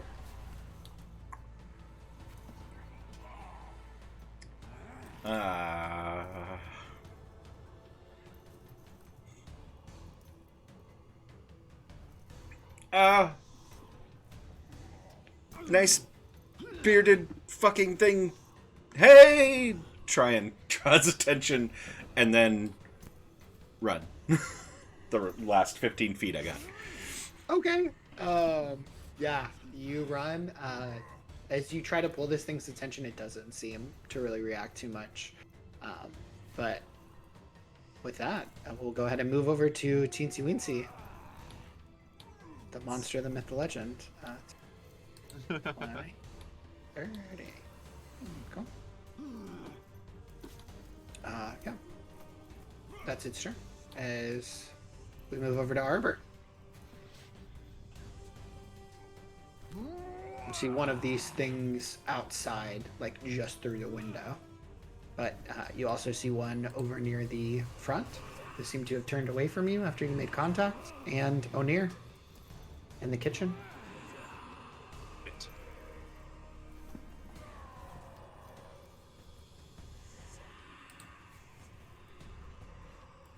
Do I know anything about what these things are? You can go what ahead and this is? roll me a nature check if you would like to, or you can go ahead and roll me an arcana check. Wow. Those are horrible. Channel your inner Yofredir. Yes. He can be good at history, you can be good at nature. It's still intel. There you Hey! go. There you go. Okay.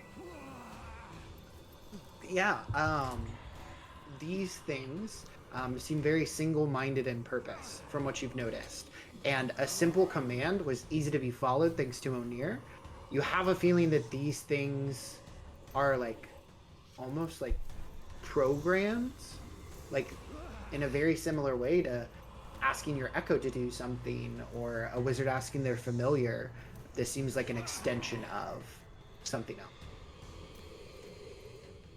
Though you can't make out what the source of that would be.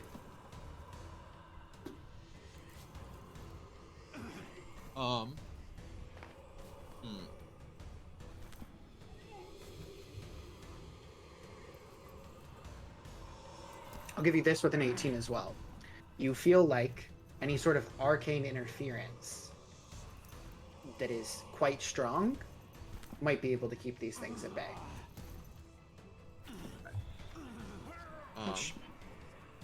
Well prompted, your comment to O'Near earlier about not using his holy magic. It's all the work.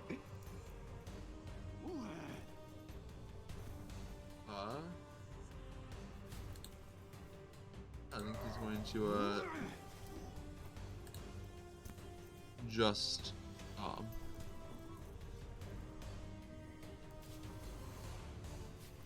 run up here and kind of run up here to the door and just kind of once again brace himself to try to like keep this one as long as it doesn't continue retreating. To, like keep this one at bay. Or perhaps this one he sees out the window too, if he kind of makes eye contact with it.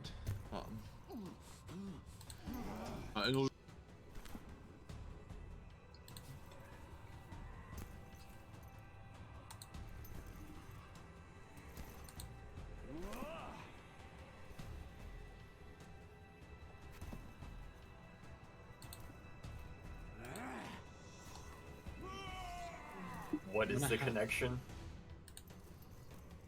It's like what I have with my echo is just like a mental link. It's like they're like they have commands to do something, and so if we manage to interfere with that, then they might just stop. O'Near, I will allow you to roll a religion check. Okay. A religion You got check. this. A religion check You got for this. I believe in you. Paladin. A religion check? A religion check. A successful religion check. As Arbor communicates this, you feel like there is a specific place wherein you would have some sort of protection from this. A place where many people go for protection. And I wonder if you know what that place is.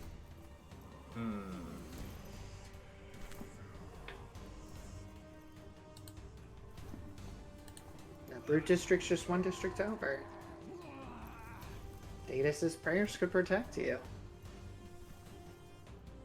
We have to get to the temple. No matter if I'm playing Alfred or not. It's an impetus of all of Dustin's characters. I was thinking about that earlier.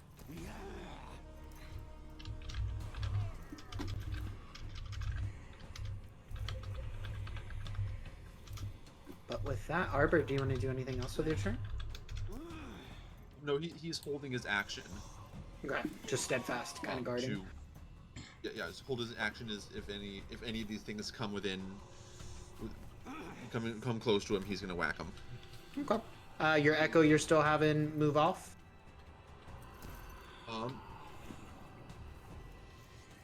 Yeah, I think he's gonna stay outside if I can get him like here in the line of this alley, just in case anyone wants to, like Krellin specifically wants to like keep an eye out for him. No. No. All good. At least that's the last place I saw he went. Then that is over to Zay. You have this thing, freaking came out after you again. Stupid dragon's beard. What's the Were Zay and Esher able to hear my yelling? I would say Zay, Escher, and Krellin would have much more difficulty. But Passive Escher, perception. with your passive, I'll go ahead and give it to you, yeah. What is it? Yeah, I think Escher would be the What's the off the map areas look like? Is this like a contained courtyard, or can I just run? You can just run. Seems to open up into city streets. Just give me a second, AJ. Let me go make a whole new map. It's fine. It's fine. Add a couple more blocks of radius. Split the party for real, for real. These things seem magic to me. Like I observed it before. There was nothing like holding the joints together, but they seem magic. Yeah. If you want to make a proper check, you can. I will. Yeah. Go on. I'll make an Arcana. Some juicy Arcana checks. All right, 21. You get that sweet 20 info. Do you get most of the things that Arbor gets, or Arbor got, about the fact that the construction of these things, the way that they're operating, it seems like they have some sort of purpose. The source, though, you realize that as much as you want to say that something could be controlling these things, there's also the possibility that these things could be homing in on you, as each of you specifically have been targeted.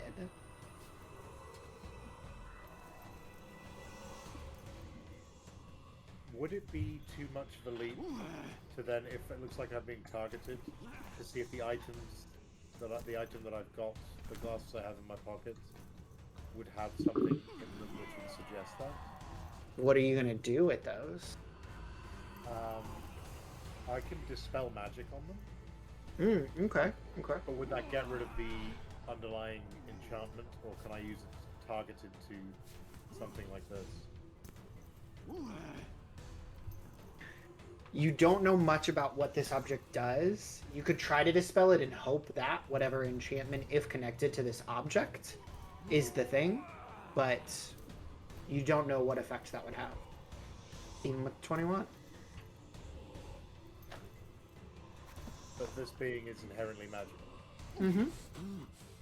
I'm gonna stop my screaming and running, turn around and just look at it again, and just go.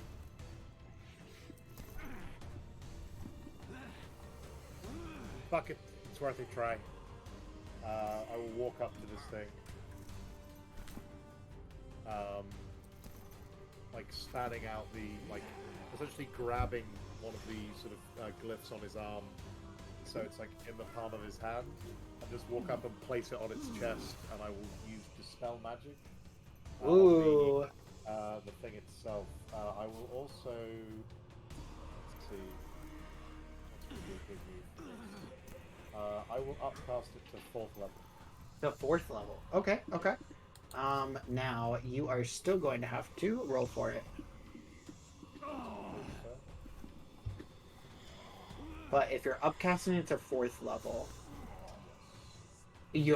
so it doesn't add anything to your roll. The target spell level is equal to less than 4 so it's a higher than 4th level spell. Mm-hmm. Yeah. Okay. So what's the DC?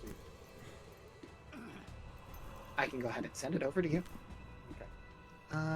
Let me see. Requested Actually, rolls. Do you want me to just roll the dice and we'll see? You can tell me if it succeeds or not. Can't. I don't know. I kind of want to use the requested rolls.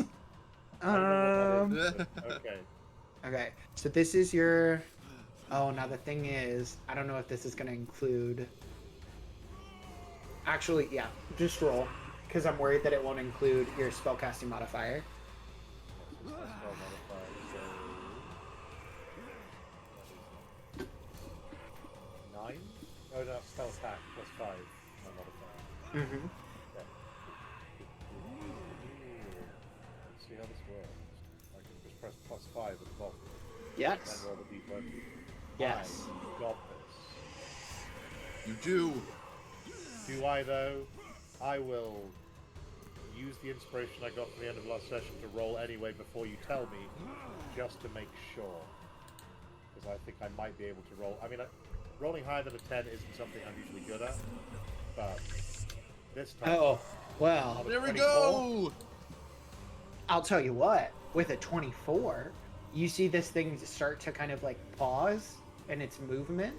It's been quite stalwart up until this point to begin with, but there's something about it as you dispel the magic with this rune. It kind of creeps through, and as these veins kind of spread this magic through it, it does counteract, and it does seem like this thing has been properly debilitated. I think, like, I'll do that, and then as it sort of, like, starts to move, you'll see him sort of just be like, oh. And then when it starts, he'll just sort of tap it on the forehead to see if it reacts. Yeah. Sort of lean round to Esher, just be like,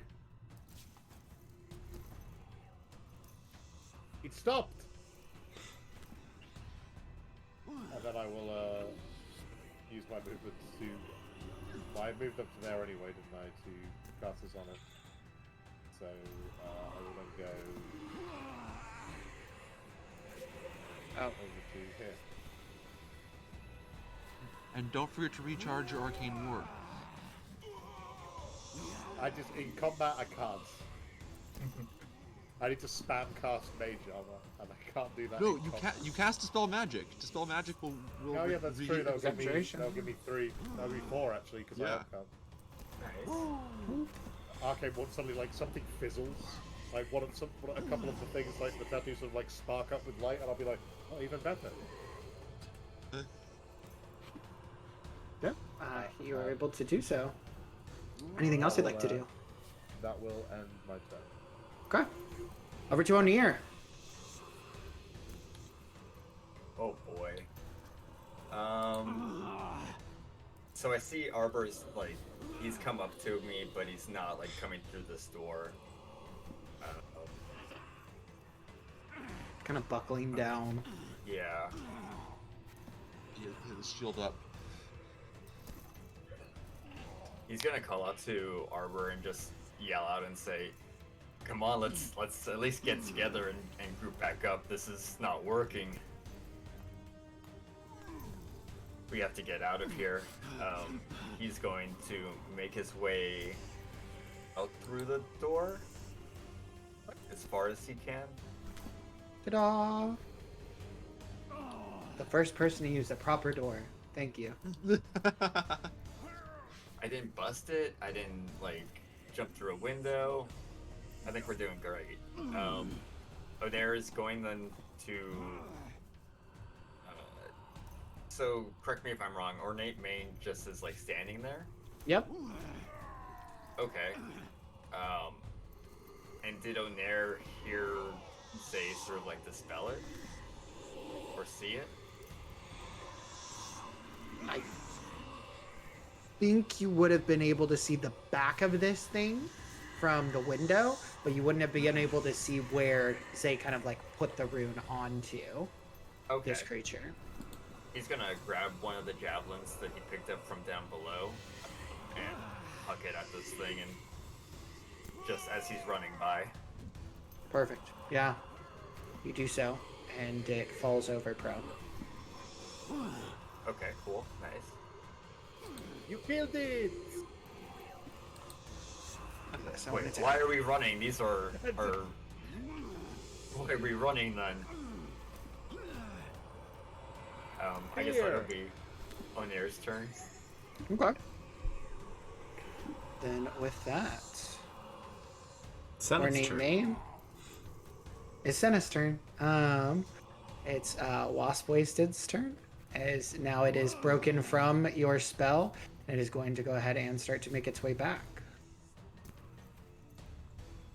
Closing time.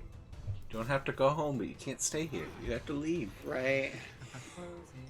Kralin, it's you with Esher on deck. Alright, well, we're gonna most of the group out here. The arbor is fine. We can always find each other. 55 feet that way. 55 feet that way. and then he'll action dash and go another 55 feet onward. All right. Onir, Zay, and Escher, you all see Krellin past you all. And with that, we'll move over to Escher. Bonus action dash and 60 feet following after Krellin. Okay. Then we'll put you. We're almost there. Teeny weeny. Arbor. I could have Is used yours. key point to go another 55, but it's okay. Hey, that's a lot. Hold on. CC. 5, 10, 15. Ooh. 5. Arbor. Just walks past me? Yep. No, it's walking diagonally through. You see it phase through and then kind of hear the pop as it's behind you now. But it doesn't seem interested in me. Not at all. And you notice as the bartender is kind of stood at the table as well. So going, what's going on? I don't understand. Why are you going crazy? That is its turn. Herbert, over to you. Oh, am I hearing this stuff about running and fleeing? Hopefully, I shouted directly at you. The door is open. It's a much better conduit rather than a broken window. So you do hear, yeah.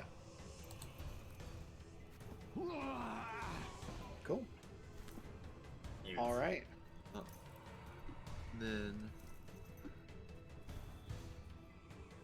Then he'll action dash and use his bonus action to also make his echo dash.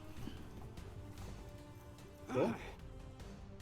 So it'll keep following us at a slight distance Okay.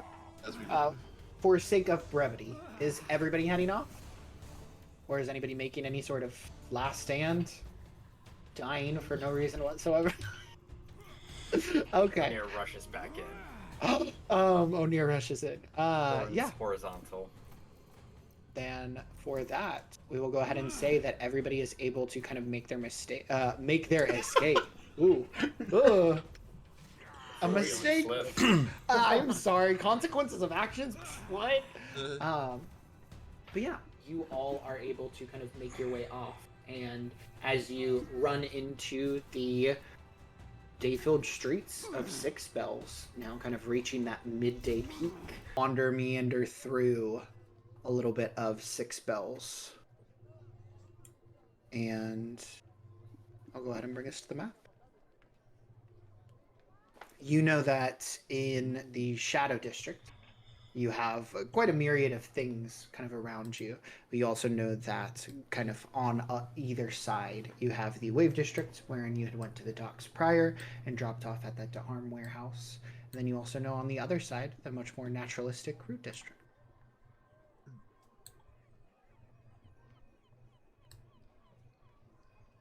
Yeah. What would you like to do? Once we get to like a place where we're not running for our lives, Onair will turn to the others and start to go. Those things, they were being controlled by something, and I think I might know where. Do we want to go find Where them? the or... person controlling it is? Perhaps. It's a better lead than I have, so. Yeah, DM, just to clarify, just because, so no one would have any object understanding about what happens. Yes. We are going towards like the, what's it called? The word temple? escapes me. The temple, yes. The temple of Yeah. Daedus? Yeah, there's a whole plaza to the Pantheon, kind of in the outer portion of the root district, extremely like religious buildings kind of out there. You have your shrine, you have your larger temple, you also have the Datus Outreach Center, which you would kind of have a working relationship with. Luckily you're not an Oathbreaker. Woo! So dodged a bullet with that one. And then you also have this kind of enormous monument to the fall of Moral as well. So a good range of spaces that you feel like you could reasonably kind of investigate around. Yeah, Onair will sort of just go to the Temple of Datus. I think we should go. That's the only place I think we can find any lead. You think someone at the Temple of Datus is the one trying to kill us? Well, from what you've said, it makes sense. These sorts of constructions. Just I mean, it, I guess I mean, like I said, I don't really use magic. Leave that to you folks. But if I were to hazard a guess, it would look something more like a cleric of Noctalis would make, rather than a cleric of Datus. Hey, I'm going to go out on a limb here and say that I'm pretty sure that whoever is doing this is probably the member of the Shadow Blades that we were talking to before, or at least another member of the Shadow Blades. I don't think I'm too out of line here when I say that. I think that's a fair assumption. What he said. But if you think there is virtue in following a lead to the Temple of Daedalus, yeah, lead on. Right.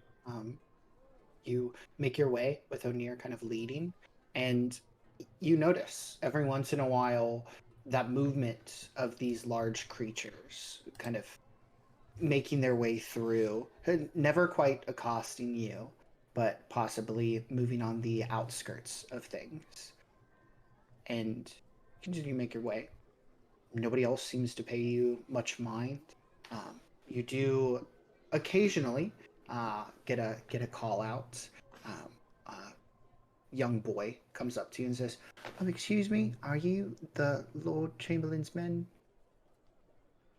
I heard that you were doing a performance. My friend was telling me about it. Next week, yes. Okay. How much does it cost? Hostings are usually cheap, but I think the prices will probably be confirmed in a couple of days when we understand how many people we can expect and how many people we can fit in. Oh, okay. Krillin, you. trying to keep things moving, he's gonna grab a gold coin out of his pouch, hand it to the kid and be like, here, hand him this, he'll get him for free. And he'll keep on walking. The kid kind of like looks at it and he kind of walks off. And just as you're keeping kind of a close observation of this kid walking off, you notice one of those creatures seem to phase through the boy as he walks off to the side. And then he explodes. No, I'm just kidding. God. We got dark. No. No. He's perfectly fine as he walks off. But you notice this kind of intersection between the two. Hey, Esher, did it seem like the person from the in the kitchen maybe wasn't seeing everything that we were seeing? He seemed real perturbed when I blew up his window. I understand that, but he didn't understand the reason why. Kind of getting When I that went in there, he was vibe. When I went in there, he was asking what everyone's reacting to. Okay, even better. We're being haunted by creatures from beyond our plane. This is just what I hoped for when I signed onto this job. Or are you saying we're We being were hunted by promised cursed poltergeists? items. I'm sorry, on the air. What did you say? Are you saying we're being hunted by poltergeists? Perhaps. But I'll tell you this for free: they hit real fucking hard for poltergeists. Are you sure the items are cursed? I'll pull the glasses out. I was like, so what you're saying is the only way in which we can be free of them is to get rid of the thing, the only reward outside of the 15 gold that we have got for this entire job? I don't know. You're fucking Is it not? kidding me. Not DM, do I know of any Or pawn we could shops find a- in the vicinity? You would know of a few, yeah, as you're kind of progressing through. There is like a merchanting district, though it's more like upper class in the root district. If you were so inclined, you know that it would be quite difficult in order to pawn these off to somebody. Is there's no real fences in this area, this district.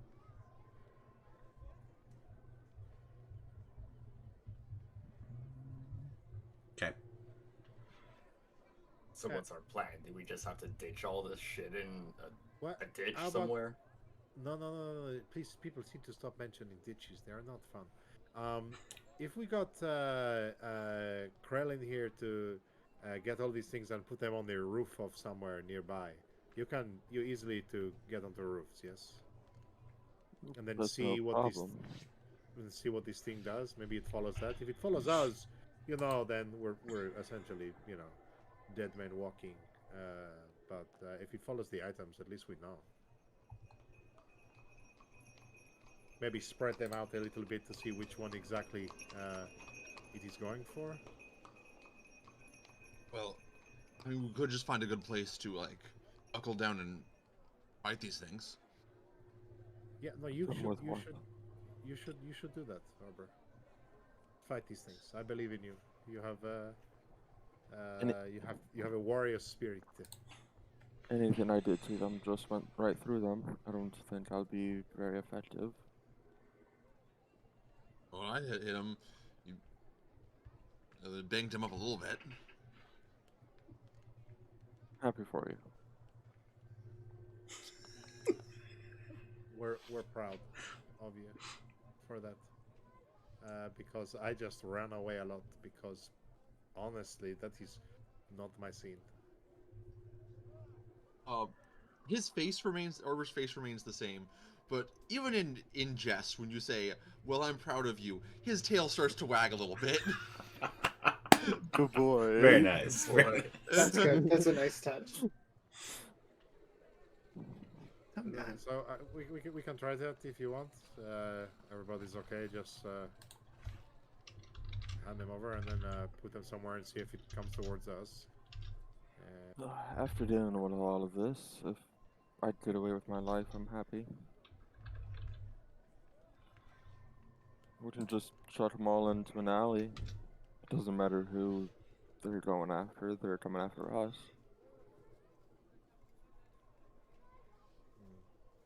All right, let's do it. He'll take out the manacles. Hand them over. Crone's gonna take off the bracers. Yeah, I'll Give the figurine. hand over the glasses. All right. Yeah, as you go ahead and hand over the shackles, this little effigy, the bracers, and Zay has the glasses. Esher, are you handing over the ring? Who am I handing it over to? Who's taking it and doing something? Krellin? Krellin's taking it. Okay. Krellin. And stashing it somewhere high and seeing if they go. Yeah. Okay. Yeah, he'll turn over the ring. Fish it out of As his you go pocket. ahead and Maybe you go a ahead and bait trap. take out the ring, you go ahead and hold it towards Krellin, and now that you're in this beautiful natural light in the root district, you notice that the gemstone looks quite familiar to something else that you are familiar with.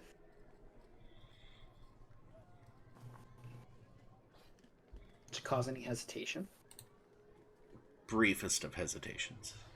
But All right. he'll still turn it over. Cool. You hand it over.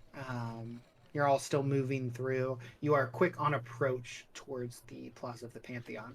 And Krellin, where are you going? I'm gonna find probably the nearest, tallest building, Mm-hmm. and I can go 55 feet straight up, or I can even dash and go 110 feet up, so as high as I can get. Okay. Yep. You make your way up. Everybody's kind of watching for a quick moment, but then your attention turns towards these golems that are kind of like tracing around you all. And as you watch, are you still all moving? Yeah, I think we continue. Yeah. Well, we want to try and maintain the Yeah. distance. We don't want to let them get close to us. You I can watch catch up. one peel off, and the other three seem to be on approach, which is interesting. Seems like there's maybe Three? a couple more than before. Um, does it appear that it's maybe peeled off after Krellin, as he has not rejoined us yet, and maybe not against us? You notice the slightest of like changes in its kind of walking pattern, but with the consistent phasing through of buildings and things like that, it's kind of hard to keep tabs. Can I just go? I'll just go. It seems to be following here. Let me try something real quick. I'm going to peel off from the group, Okay. Oh, and then Of the things. actually, you'll hear just be like, it seems like they're following each of us. The one that was following me, I may have disabled. So, if none of them follow me, then we know that is what is happening. So I'll like peel off from the other three. Head like a different direction. go for a little bit. And it's proves slightly difficult, once again, the kind of weaving through buildings, things like that. But after a confident bit of walking away from the rest of the group, now Krellin and Zay both departed, you don't notice any presence tailing you. Okay, she'll get a message back just being like, are they still following you?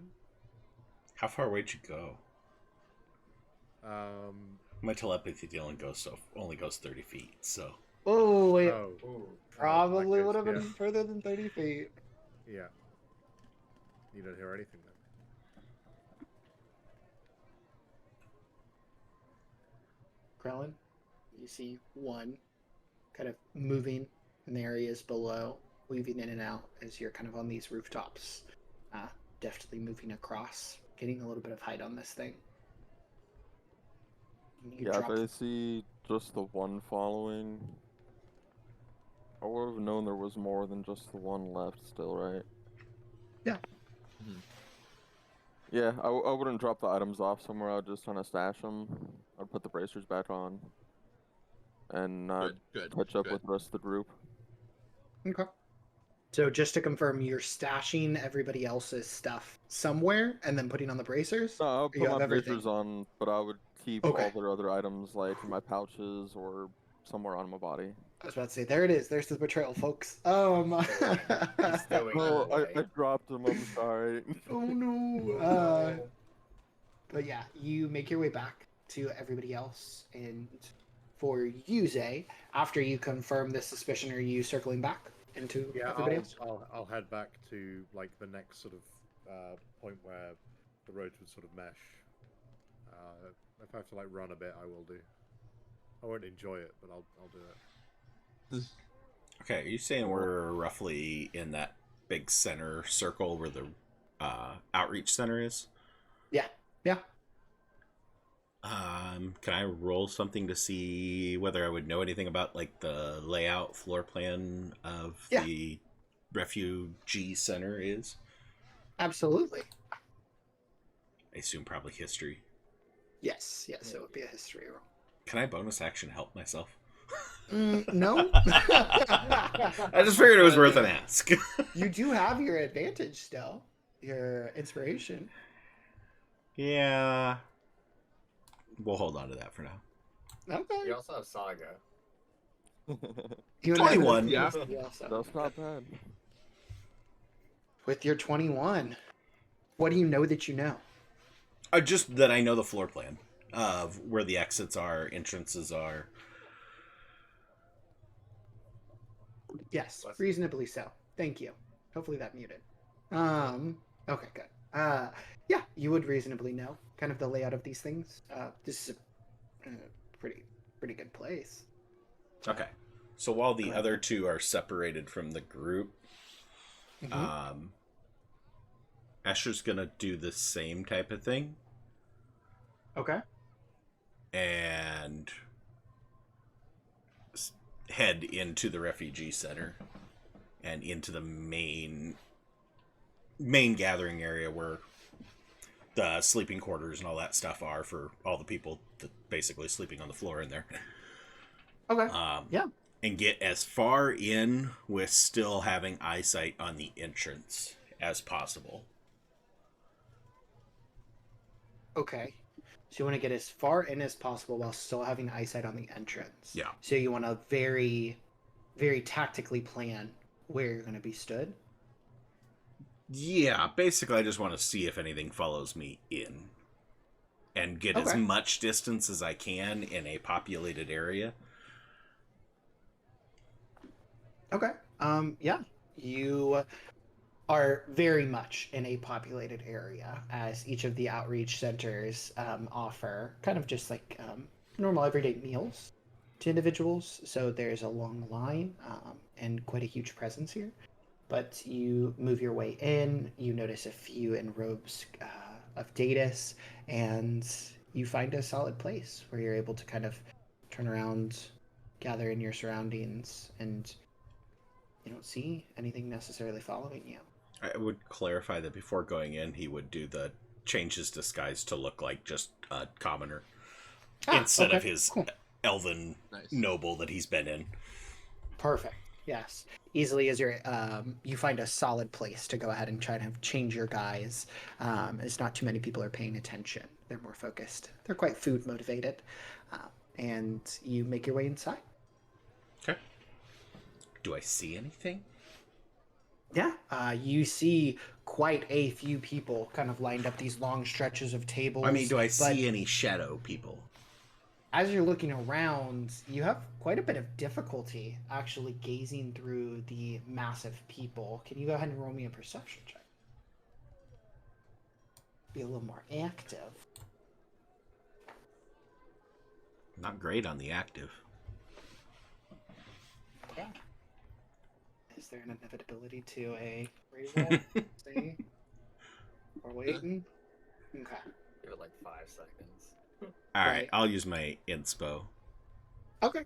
Go for it. Roll this again. And not improve. Man, that's the second time I think you've re-rolled and not improved. Third time, because there was 2 rerolls on the one. So Jeez. there it is. There, Sagas. Yeah, go for it.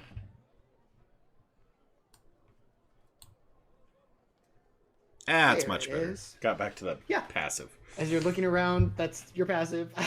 But it's okay. You look around and you don't see any of these creatures, anything like that. Okay. You do feel a hand on your shoulder, though, as you notice kind of this individual clad in robes, a few other kind of attendants besides them, as she just looks towards you, this elven individual, and she says, can I help you at all? The line for the food. You do have to properly stand in one. I apologize. Oh, no, I already got some food. I'm good. Just looking for a friend. Oh, I see. Well, Datus be with you. And she kind of turns and steps off, and her attendants follow. With you as well. She gives a curt wave from over her shoulder. But you feel that even though you are surrounded by so many people, there is not the oppressive presence of one of these golems following you around. Okay. For the other two, who are still kind of hanging tight as Krellin and Zay make their approach kind of back towards everybody else, Arbor and O'Near in this kind of moment. What are y'all two doing? Yeah, Onair is actually looking for someone kind of akin to who approached Esh. Esher, if I can speak tonight. He's gonna sort of like turn towards Arbor and say, we really should find someone quickly so that we can find protection. Okay. We should be safe here. Lovely. We can't live here forever, though. No, but somewhere where we're not under constant attack is probably preferable. Okay. Perhaps a solution to our current woes. He's gonna turn and look for regroup? someone. Okay. Yep. Go ahead and give me a perception check. Okay.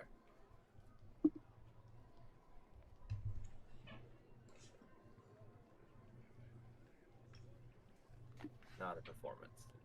Not a performance. Okay. 20 roll. Yep. There it is. Saga. Yep. Okay, thank you, Saga. I'm on it now. I'm just gonna.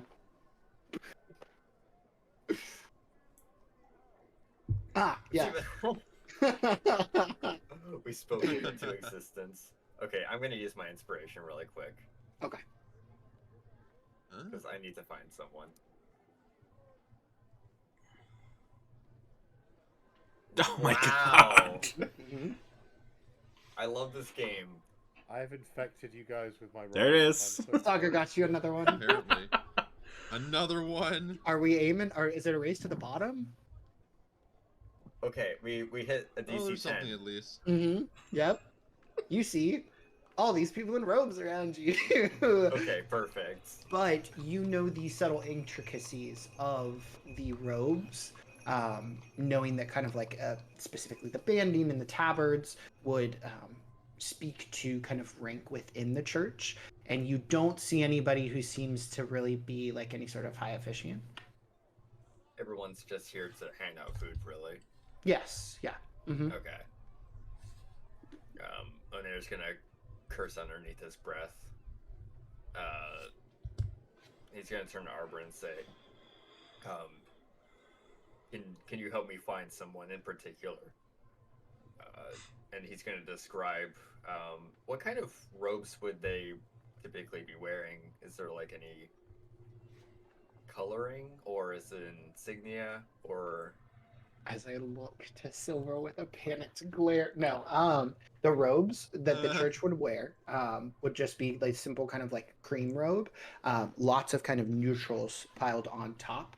So you would see kind of like turned over tabards with just a very simple kind of tracery of vine patterning around it. Very nice, very simple though, very clean as well. But ironically enough, if anybody were to sully these robes, it wouldn't necessarily be recognizable. It isn't a staunch white, it isn't a pitch black, but it's one of those really nice neutral tones in between. okay? And to distinguish someone from like a typical like, I guess common person, common cleric. Yeah, you would be looking at things like small capelets, kind of Okay. sat upon layered tunics on top of them as well. Not necessarily any brighter colors, actually just the opposite, darker colors. Okay. He'll try and relay this as well as he can to Arbor and see if he can communicate it, I guess. Yeah, Arbor will take a like kind of like peek up and just take a quick scan of the room. All right, go ahead and roll me that perception check. You can't possibly To ask do a guy worse than who's me. it would literally be impossible because I would need to roll a nat 1 to do as badly as you. Hey, don't jinx your Boy. You tried. dang. Yeah. Said watch it. Yeah, you see an individual that has kind of like a tasseled kind of like cincture on the side. Helps out as a detail. That's really it. Oh, there's one right there. All right. Onair will turn to see where Arbor's pointing and like see if they're kind of who he's looking for. Mm-hmm. Yeah. They are. You go ahead and look over, and it does look like they would be somebody of at least a higher standing than just not lowly cleric, but somebody of that position. I mean to be so diminutive. It's I just okay. can't It's find my okay. words. They're a manager. It's fine. They're not level 1. But do you approach? Yeah, definitely. Onair will try and make his way through the crowd as best he can. Okay. Excuse me. Good day. Oh, hello. Can I assist you? Very much so. I must request something very dire of you. Me and some compatriots of mine are being hunted, and I would like sanctuary. I see. Well, the House of Datus will always be open to those who open their hearts. Do you need food or anything?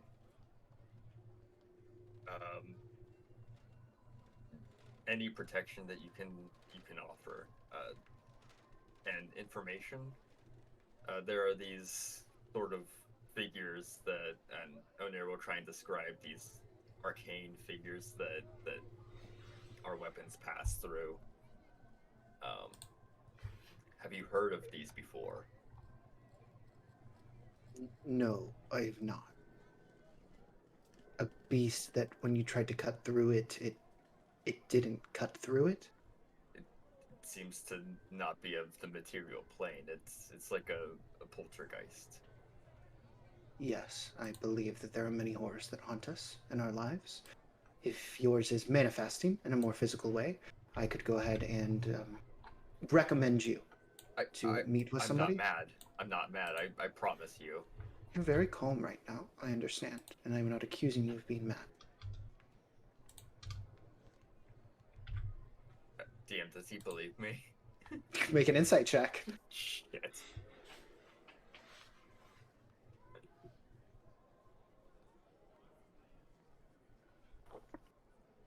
Yeah.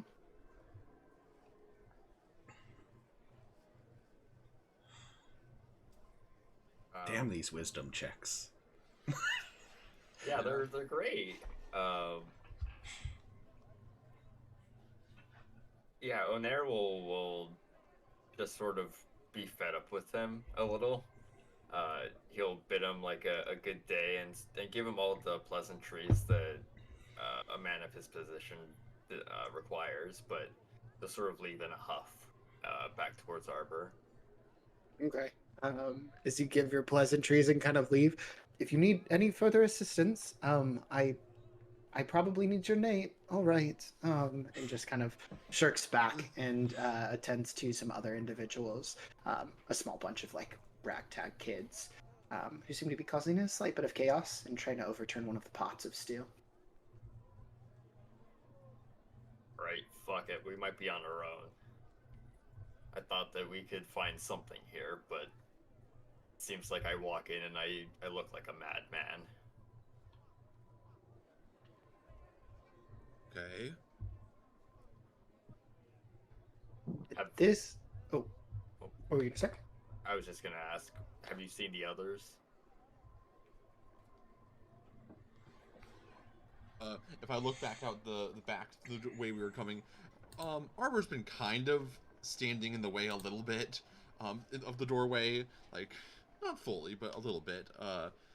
Has he seen any of our allies or any of these shadowy figures chasing after? Zay, as you make your way back, are you going directly to the outreach center or somewhere else in this kind of plaza? I'd probably be like trying to wait until I get I'm essentially doing, sending out psychic vibes until I ping, like, imagine it like sonar, but psychic sonar until like I get a hit on Esher. Yes. So if he knows the outreach center, then I probably am aware that he knows it, and I'll just be like, oh, so I'll head in there. As you Especially echolocate. especially if I see Arbor standing halfway in the doorway, trying not to be ominous, I'll just be like, Yeah, you make your way over. And what exactly are you sending out towards Escher? essentially, it's just like a, where are you, Esher? Come on. This is bullshit. Okay. Okay. Um, you are able to go ahead and ping eventually, Escher. And as you do this, Krellin, as you make your approach back with the bracers on and the rest of the things stowed in your possession and very clearly not in a separate place, how are you looking about to go ahead and find your compatriots? Well, I know they continue to onward in a certain direction, so I would just continue onward in that same direction until I see one of them. Okay. I mean, we did make it clear that we were planning on heading to the temple at least. Which I Yep, guess you- clarification is O'Neill and Arbor at the temple or at the refugee center? They're at the refugee center right now. Okay. All Okay. three of you are at the refugee center. And then Zay saw the back of Arbor, and then Krellin is heading in as well. So all five of you find one another, except for the one who changed their appearance. But you know that you have a mental link, Zay. If I see Arbor first, I'm just like, hey, Arbor, just to check something. When I went off on my own, did any of them sort of peel off to follow me? No. Ah, I'm safe. This is good news.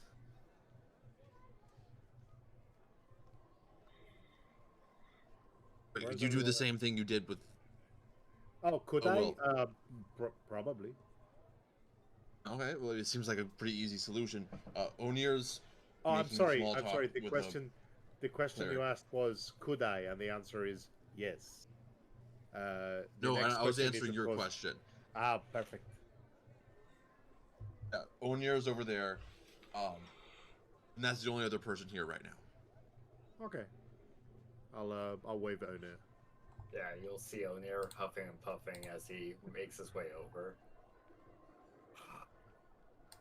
So, how goes the plan of finding somebody here? Looks like it's kind of fucked. I thought that I could walk in here and not be seen as a madman, but I guess that is not of this plane. Just Well- like our pursuers. There is one piece of good news. They are And? not following. They're not following me. So Would Escher have Okay. eyes on these three as he's watching the entrance? Yeah, Okay. reasonably so. All right, he'd make his way over to get at least within his range again on Zay. Yeah, you play this tiny phone tag of Zay coming into contact with you, but then kind of stepping out, so you kind of move back in, and your Venn diagrams overlap. You are able to commune once again.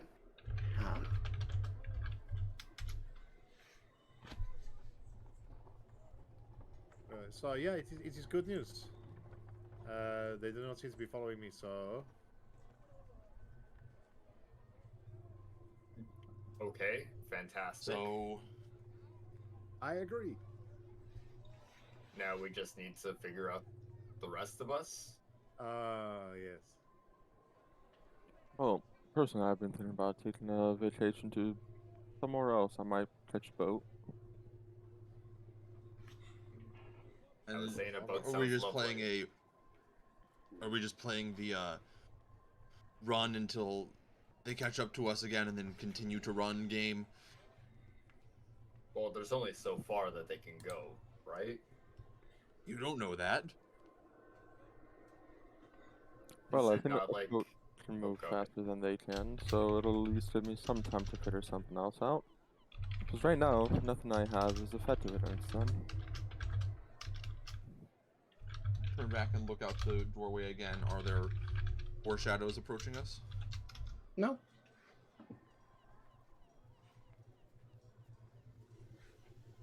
You don't notice any of these shadowy figures approaching you.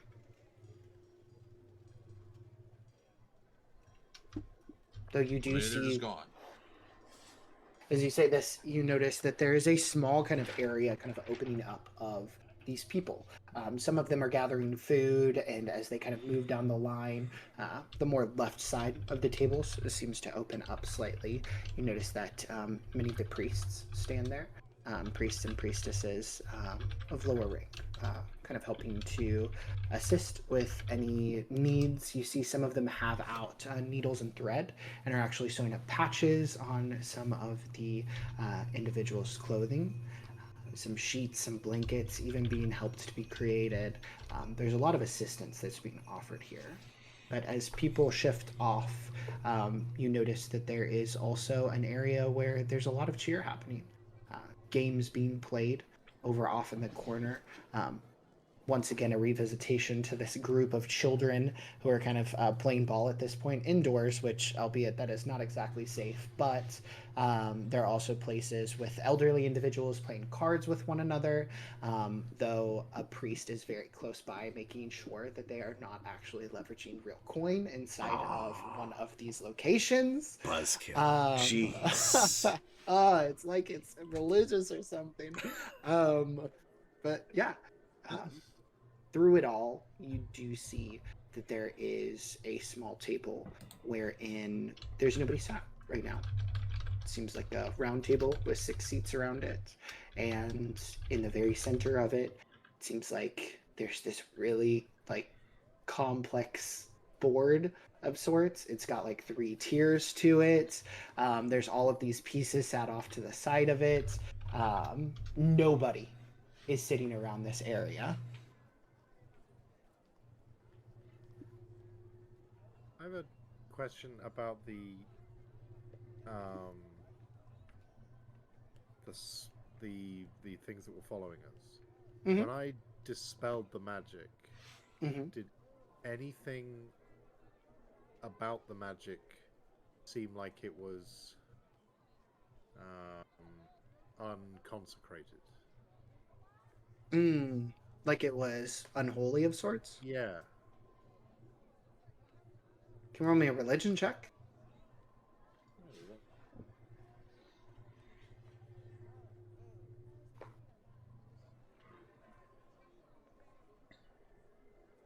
Ooh.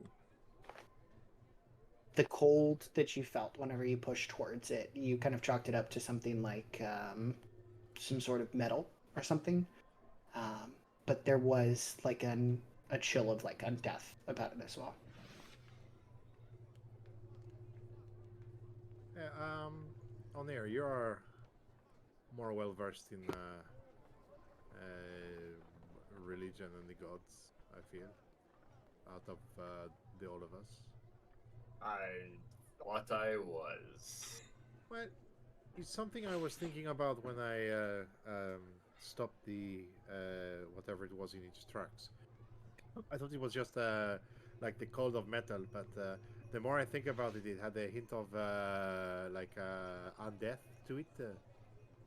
So, is it possible that is this a like holy ground? Does this count as holy ground? Is it like consecrated? DM, correct me if I'm wrong, but yes, this ground is consecrated. There's nothing that should come in here that is unwanted.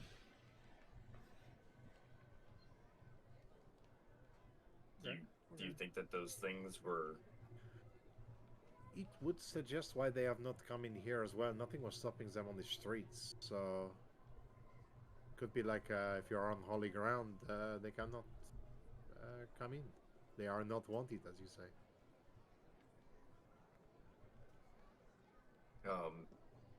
Yeah, Onair will sort of start walking back towards the entrance and DM, does he know like about how far the consecration would like go out to? Like, okay. Reasonably so. Yeah. This would be more so focused on like the temple and shrine areas, places of like actual worship. Though you know that there was a slight extension to the spacing in order to make kind of this lush green plaza. Mm-hmm.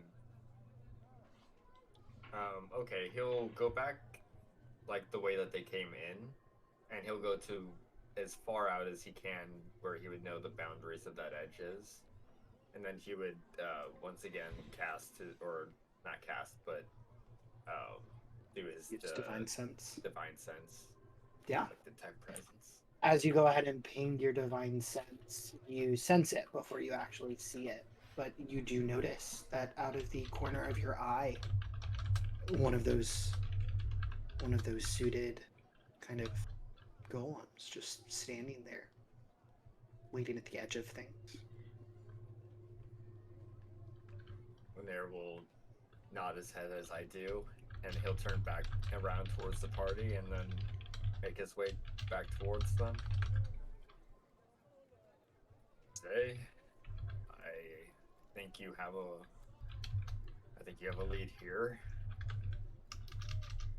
So we are safe in here, as long as we are on Correct. holy ground. That is correct. Priests, maybe not here in the outreach center, but in the temple proper. Like, do something that could help us with this. Do you think? Do you know anybody who, like, would be able to help us, or? Yeah, would I be able to know if we would be able to get sort of blessed or like anointed in Yeah. some way? Cleansed of a curse. Yes. Oh, absolutely. Yeah.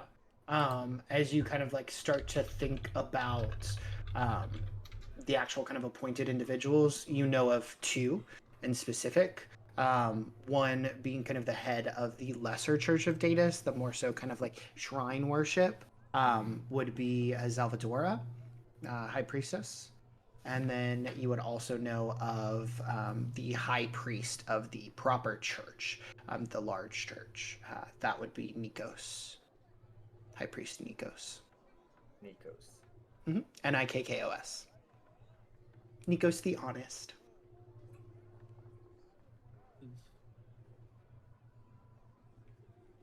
All right. Lanier will turn towards them and say, "Well, now we have to find someone very specific. Arbor, I know you found someone for me earlier. Has Onair ever seen these people before? Does he know what they look like? Mm, it would have been reasonable for you to have seen Nikos rather than Salvadora, as Nikos would very much serve as a pseudo face to a lot of the worship here. Human male. Okay. Like Middle brown aged. hair, black hair, He would have blonde hair. blonde hair. Mm-hmm. Okay. Blonde hair, kind of done quite low, but pulled up into a clean ponytail. Okay. Arbor, can you find a blonde uh, human male? His name is Nikos. He's the high priest. Okay. I'll try my best. Arbor he's like probably as he's still kind of near the doorway, kind of like finds a handhold and kind of pulls himself up, so he is probably doing something he shouldn't quite do, and like climbing on the wall a little bit to get a better look at, kind of like a top-down view of everything. Okay. So you're doing this in the outreach center proper, or are you shifting your locale to one of these like churches? Well, it depends on where I was told. If I should be looking here, or if I should be moving to a different church to look. Yeah, I think Onair would know better than I would to go towards like a proper church. Yeah. Okay. So he'll look there then. Yeah, you go to the church, you very much see this individual kind of talking to like a motley crew of other individuals of the cloth, and then one of them wanders off. Still two kind of sat around as they hold this conversation within the church. Hey, Onair, I found the guy. Much appreciated. All right, wait here. I'll see if I can figure something out with him. And Onair will walk up to Nikos. Yeah. Just Now- for clarification, I marked on the map where the refugee center is versus That's the what T it is is. the temple. I thought you were putting the Team Rocket symbol on there, and I was like, Oh, what in no. the crossover? I'm too old for that crap. So Yeah, you yeah, are the able temples to kind are of, all like, on the wall. you are able to make your way out. And yeah, this place, as you make your way out there from Arbor's guidance, Onair, you feel like a sense of home as you're moving through, even though this is far removed from where you originally call home. It is still very nice to be greeted by such lush greenery that you haven't really gotten to see too much until you entered into the Root District first time around. You approach the temple, though. Walk up the steps. You see the interior of this temple. Lots of plants around. You notice that what most would attribute to kind of these like wall sconces are actually filled with overgrown vines of all sorts of different makes and breeds. But you move inside with a very nice natural light kind of illuminating the central space with pews abound. And you see High Priest Nikos set up at the dais. Yeah, Onair will approach and give a deep bow. He goes, "Good day. My name is Onair, and High Priest Nikos, I have a request of you." Oh, okay. I must admit, most people don't come straight towards me for requests, but what exactly can I provide for you? Right, I apologize for the directness, but it's paramount to our safety. There are some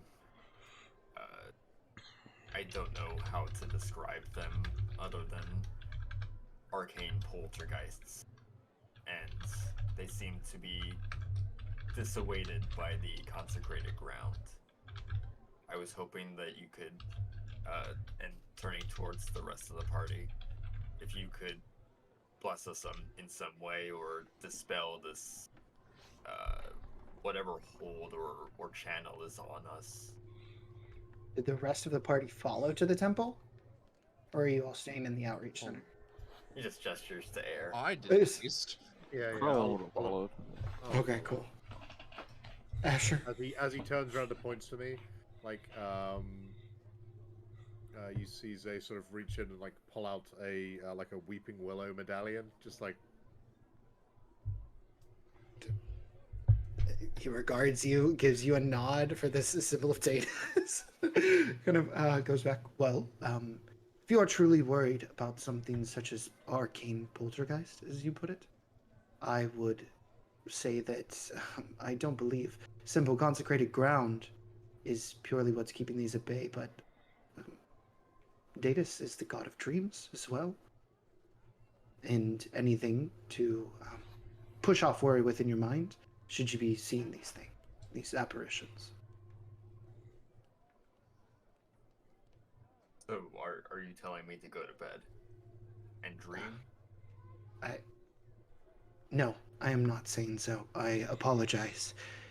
If you Please, truly I'm seek, a simple man. if you truly seek some sort of absolution from your worry, would you like a cursory look over your belongings to see if any might be possessed by these apparitions? And you notice all as he's talking, he starts to lose a bit of confidence as he goes further and further into this conversation with Onair. I like step up Is there anything we behind. can do to like To bolster? Absolutely. It was like to like convince him that we're telling the truth. You absolutely can. O'Neill, you are about to make a persuasion check, and anybody who wants to go ahead and assist with that may go ahead and do so. Assistance in this role is not going to serve as advantage because, gosh darn it, we know Saga's just going to give advantage.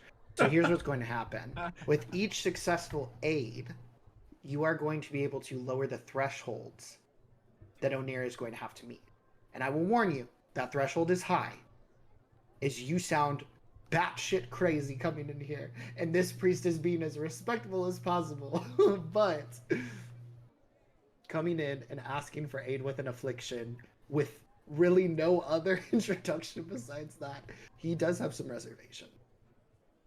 Fair enough. Fair enough. I do sound like a madman. And there's a madman. Just a wee bit with your siren on your horn. But Arbor, in that case, did you want to do anything to assist?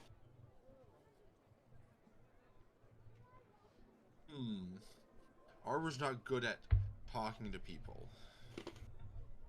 So what he's going to do to assist is gently put a large paw on Zay's back and push him forward. I see. I will then do my best. I'll just be like, I've overheard everything here, and I'm just like, okay. High Priest Nikos, I feel as though my friend, who is the most fervent of worshippers of Dedas, though as he says he's a simple man, and the issues that abound us are something a little more ephemeral and difficult to explain. We are recently being pursued by what seem to be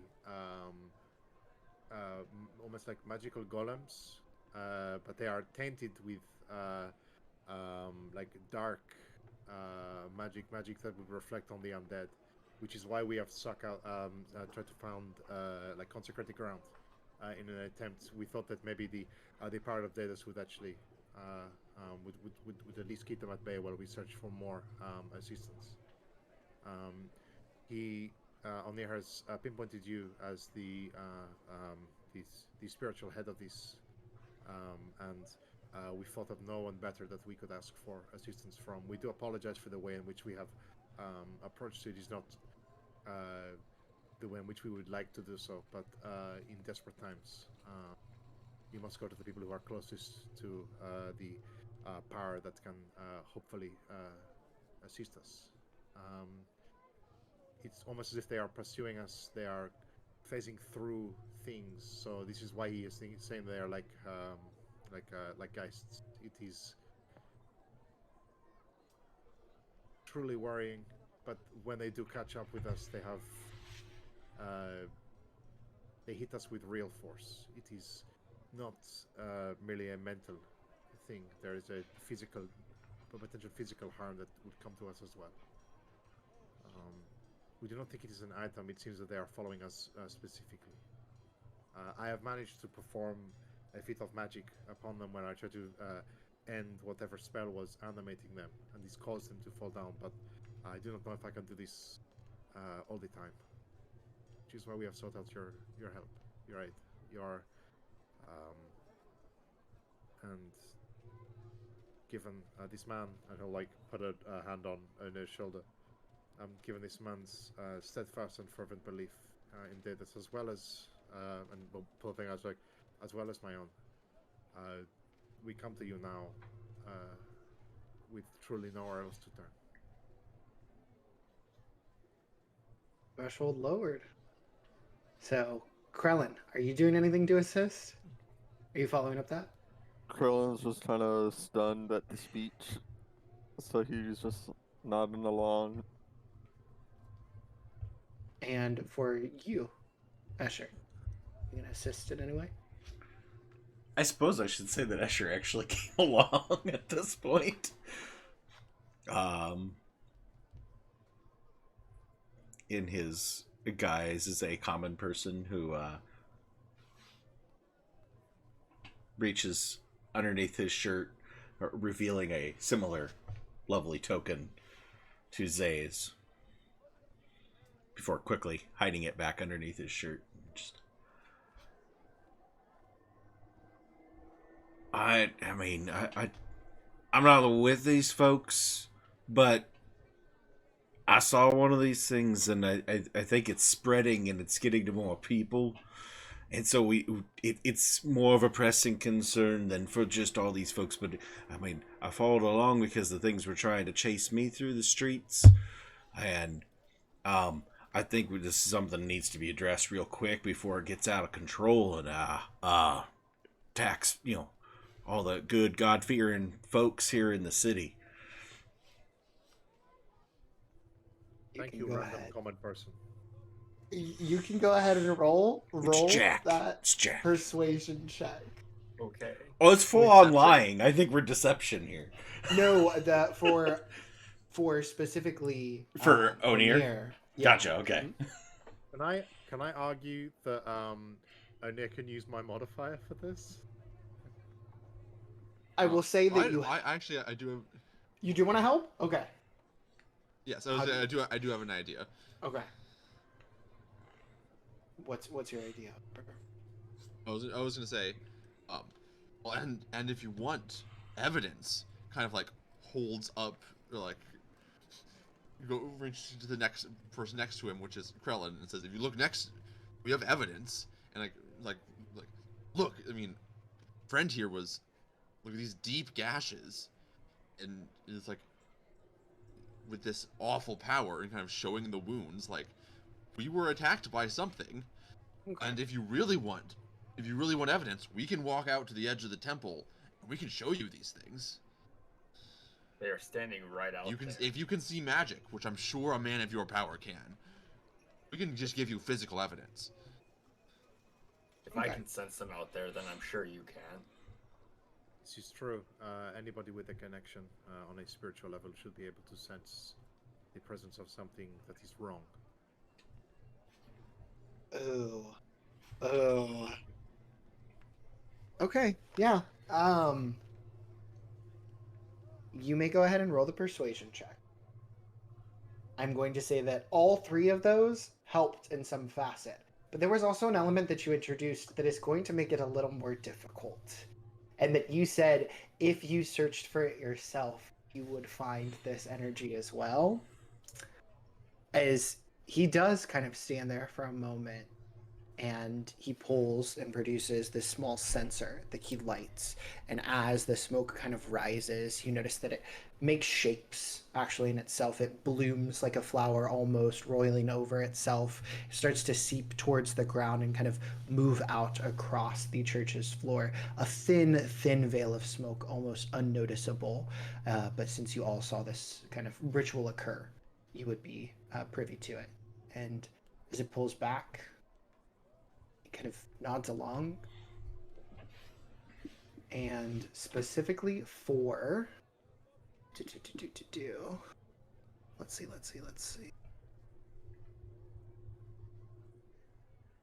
it's not gonna be Krellin. You would be the only one to notice this, as he stands there. There seems to be a slight bit of hesitation now. Nonetheless, O'Neill, roll your persuasion check with the threshold lowered by the 3. Using my modifier. No, not your modifier. But a good one nonetheless. Come on, Pally. Still pretty damn good. He looks towards all of you and says, I understand, just as the willow weeps, as do I for your plight, and I do not want to discount that there may actually be something accosting you. The most that I can offer is that we are graced with the presence of clerics from some of the other churches of the Pantheon. They are assisting with an individual that we had fall into a coma of sorts. If you would proceed down there, they are healers, each of them in their own right, and you might be able to ask their assistance. Your presence there in and of itself is permission from me, as I do not permit anyone not actually allied with the church into those lower sanctums, but you have my blessing and my sincere hope that you are able to figure out what exactly it is that's going on. And there will give a deep bow. Thank you so much for this. I know that I have come in here speaking as a madman, and for you to still offer this is very much appreciated. Thank you and blessings to you. I will warn you up front that it is quite a grisly scene downstairs, but I hope that you are able to put past that in order to ask for what you need. He pulls the censer aside, kind of sets it underneath the dais once again, and he politely bows towards your group, gesturing over towards a small spiral staircase that seems to move downwards. I'll also bow. Krillin will give a slight bow as well. Okay. Yeah. As Jack you will go just ahead, do a little figure salute. classic Jack. Yeah. I'm just picturing the bit from Robin Hood Men in Tights, where everyone's like, "Good morrow, Abbot. Good morrow," and there's the one guy that's like, "Hey, Abbot." Goodness. Yeah, you see your path kind of laid out before you. Are you all heading downstairs in that case? Jack? Yeah. You going down too? Yep. Solid. Cool. Those Jack's things are locked in, chasing y'all. me.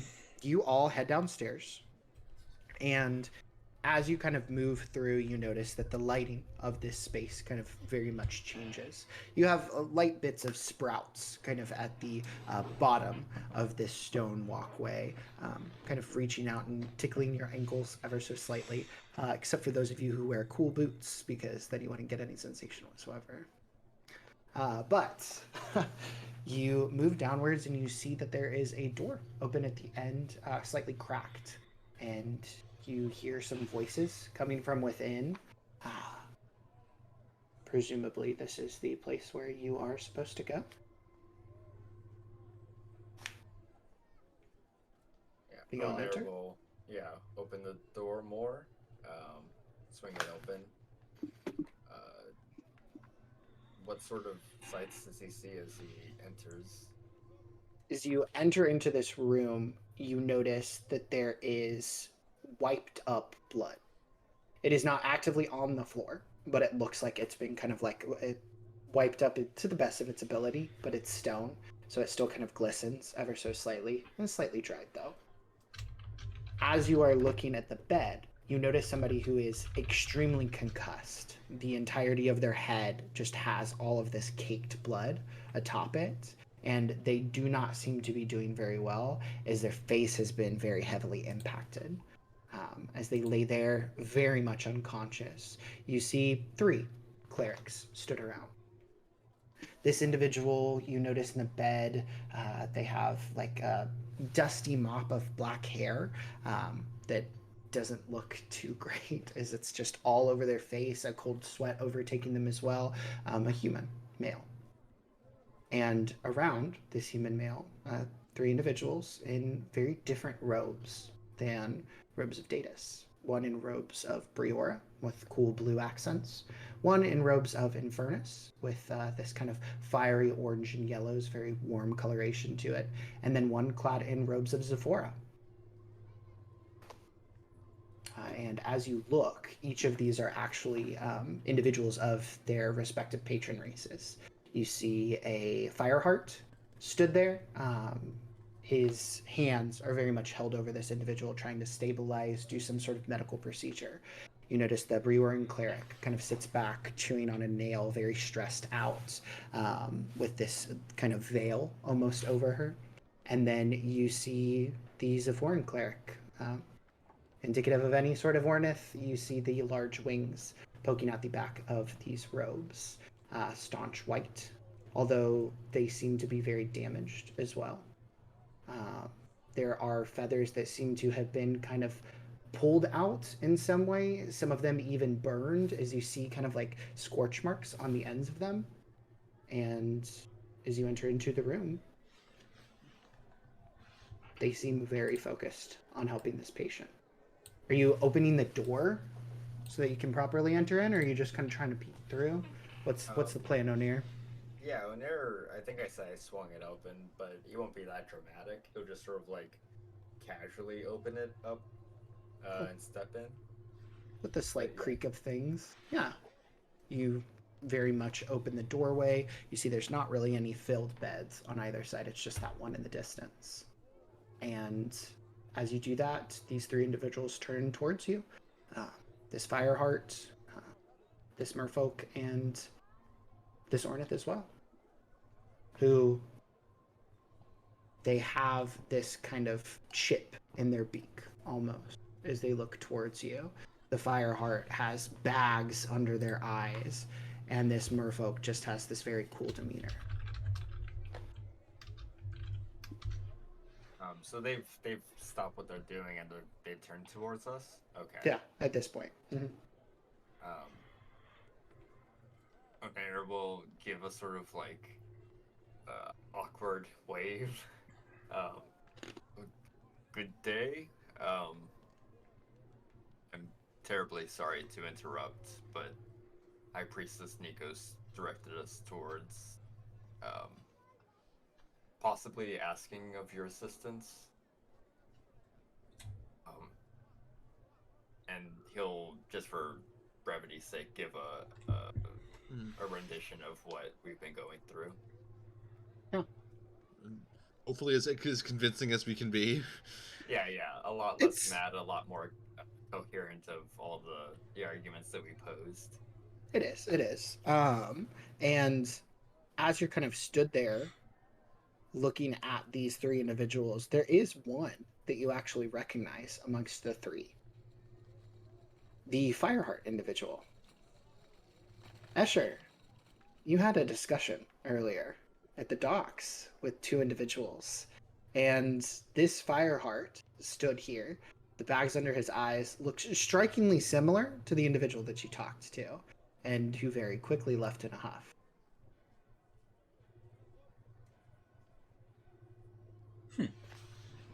With that, the three very much oblige, and as they go ahead and ask for you to go ahead and strip yourself of your belongings so that they can go ahead and investigate them on a nearby bed, the merfolk kind of takes a seat, very calm, and she begins kind of sifting through things ever so slightly. But is there anything that you're not handing over at this point? You say strip off belongings. I mean, how far are we down we going here? Not like your full-on clothes or anything like that, but they do request that you hand over your belongings, any sort of material things that you might have, for them to do a proper search. That's fine. Krellin will lay down all his stuff.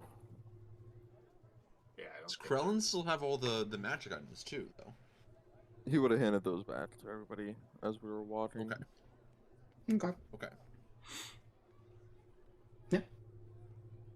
And with that, you lay out these things, and the Fireheart individual speaks up after quite a bit of time of investigating these things. It seems like they're ritually casting, so as not to consume too much of their arcane reserves. And the Fireheart just goes, "Oh, I see what your problem is. Is all this," and just points towards a bag of coins. Oh, what's wrong with the coins? Well, there's like an aura coming off of them. Oh, fair enough. We get rid of the coins, we're all good. I hope so. Yeah, that should be it. And as they pour out, hey, what do they see, Zay? It's 60 platinum coins. Perfect. There's a deep sigh from one of them. We're gonna have to go through every single one of these. Oh my gosh. But just so you know, I look shocked at this. Perfect. Yeah. I'm just like, If I'd have known I had that kind of money, I wouldn't have taken this fucking job. You've had that kind of money? I didn't know I had that kind of money.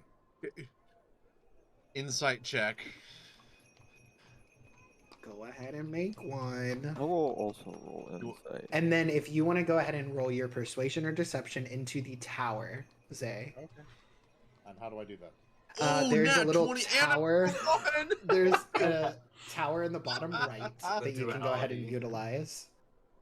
Cool. So what do? I drag the thing from... Yeah, you drag the check from Your your skill. from your sheet tower. over to the little tower, and I'll be the only one who's able to see it. If you've had this before, then why are they chasing you? I don't know. It's crazy. So you were talking about like a bunch of things following you and everything? No, these aren't that. Okay. But they're definitely like glimmer to something, and kind of like sitting there and just like rubbing at it a little bit. You notice that they are very much copper coins. Though I don't necessarily know that that was the thing that was afflicting you. That's just fake coins, which I'm not here to judge. Oh goodness, we're gonna probably need to do some more investigating. So do you want the coins You for mean, like for the like as a for the temple? Like I don't want 60 copper coins. And I was Sure. trying. Yeah, I can go ahead and hold on to them. Arbor, you can re-roll as well, if you want to. Oh, As thanks, Saga. Saga, save it for the next one. Zay, you feel pretty good about being able to pull this over, and Krellin and Arbor, you both believe that he's just been toting this whole time. Wow. Way to roll. You don't even know what you rolled, but you Yeah. rolled. All I know is that I built a character around being able to lie to people. Here we are. You notice the Ornith individual speaking with this kind of like fluty kind of like voice go, I don't mind if you would like me to go ahead and head back to the Church of Sephora, and I can inquire with the other clerics to see if we might be able to go ahead and help you further. We have a few individuals who we could bring in. Anything that will help us with Sure. our fight. Okay. I'm sorry. Most of our reserves are going towards this individual and trying to cure their affliction. What is wrong with the individual, if you don't mind my asking? Well, obviously they're in a coma. I mean, look at the head wound. Am I right? And the fireheart just sits there with his arms like outturned. You do see quite a bit of damage to this human skull. What has caused this? Accosted by something. So we were thinking that honestly, when you came in and started talking about all of that stuff, maybe a similar thing. You said you got struck by him, right? And it left real wounds. Where? Yes. Kind of points to Krellin again, and More be like willing to show his wounds. Slashes. Do the I mean- wounds look similar? You want to go ahead and make me a medicine check? Or I will assist him. Okay. You get advantage.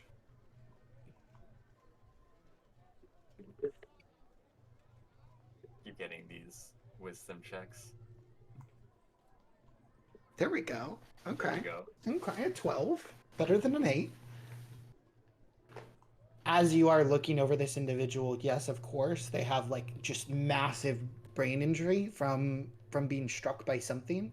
But what you notice is that this seems to be some sort of blunt implement. So not similar to the slashing that Krellin suffered earlier. And then Saga just said if you want to grab the floating reroll, you can go ahead and do that because Saga already spent it on the last one. Okay. Yeah. Why not? See if we get something a little bit better. No. Oh, jeez. Oh no! 3 and a 4. Damn. What happens? Damn. Target's given us too many rerolls and we're being punished. Too many, Yeah, man. no, the Oh. dice no. Become too reliant on Sephora. Well, I mean, yeah, you feel like most of it is due to the Reroll. There we go. There we go. Come on, somebody else redeemed a reroll. Hey, How about that? Jack. Thank you so much, Whoa. Jackaboom. Go for it. What a twist. I mean, you get a roll advantage every time. Yeah. And you've still only rolled one number over a 10. There it is. Yeah. One more. Slight improvement. One Yeah. extra year of medical school. It's how I imagine this is recorded. You notice that this individual, yeah, they have like a massive brain injury in where it hits. But you see kind of like the way that their like eyes are almost like fluttering inconsistently, but still kind of slowly shifting. This individual is very much alive. Whatever. Battered and beaten. Absolutely, yeah. Jack was looks assisting like they were by brought like in here in poking quite a around, rush. just so you know. Ah, perfect. Yes. Poking the guy in Poke. the head. It's quite a squishy part. Does this look familiar Familiar to what, Krellin? to something we may have done? What thing did you do? Beat someone over the head with my staff? And my hammer. Huh. My axe. Yeah. As you go ahead and look at this individual, you do notice indeed that this is the guard that you absolutely blindsided and knocked horribly. The only thing that purely cut through their armor was the massive wound from a hammer against metal. And with that, you are left with questions about what exactly is afflicting you. So you've been asked to go ahead and do probably a deeper investigation, one that they do request that you come back at a later time for. And in the meantime, where are you all going to go ahead and stay? Here, Ishnar's great this time of year. Are there any, like, odd... Like, sometimes old buildings get turned into other things. Is there any chance that on a patch of consecrated ground somebody has an inn or a boarding house or something like that? In this area, the closest you would get is the refugee center, which is not a permanent residence by any sense of the word. But if you want to go ahead and try to ask for an overnight sanctuary, you can attempt. Yeah. I will ask the who's still there? The Fireheart and the what are The they all- Fireheart and the no, all three of them are still there. There's the Fireheart, there's the Ornith woman, and then there's also the Merfolk. I'll appeal to the three of them. I'll just be like, we find ourselves in a situation where, if we step off consecrated ground, we find ourselves in great personal danger. Is there anywhere you know of where we could stay that is on ground that would keep these guys of evil at bay? They all look at you in your battered and beaten state. You know, yeah, I suppose we could go ahead and probably let him stay upstairs, right? And then the Ornith woman says, yes, I do think that would probably be best. We can check with the High Priest for you. Thank you. What a great service you're offering us and this commoner. Perhaps I can offer my service back. Onair will walk up to the battered and beaten individual, and he is going to use his reserve of lay on hands Mm-hmm.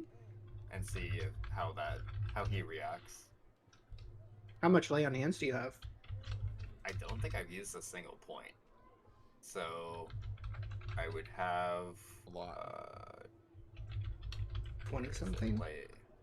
Lay on hands is Like 50 something. 50? It's like 50. Yeah, you would paladin be in level the... times 5.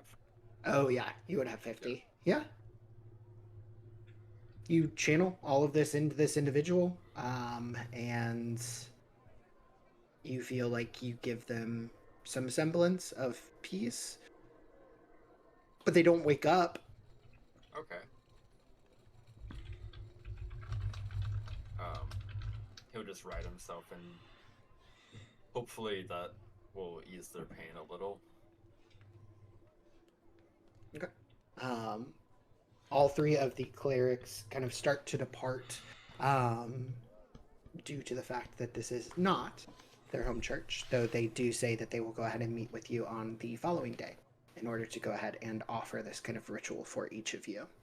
And as you go ahead and spend the course of the evening, you are able to find indeed a place to go ahead and stay, still on this consecrated ground. And as you go ahead and eventually have this sort of identification of what exactly it is your affliction, you each have a singular prick on your body that they are able to identify. Now, my question is, how many of you are willing to go ahead and go to a full body inspection at the hands of these clerics? And I'm mostly looking at you, Jack. He cleans up real well. He just looks completely different when he cleans up, but Okay.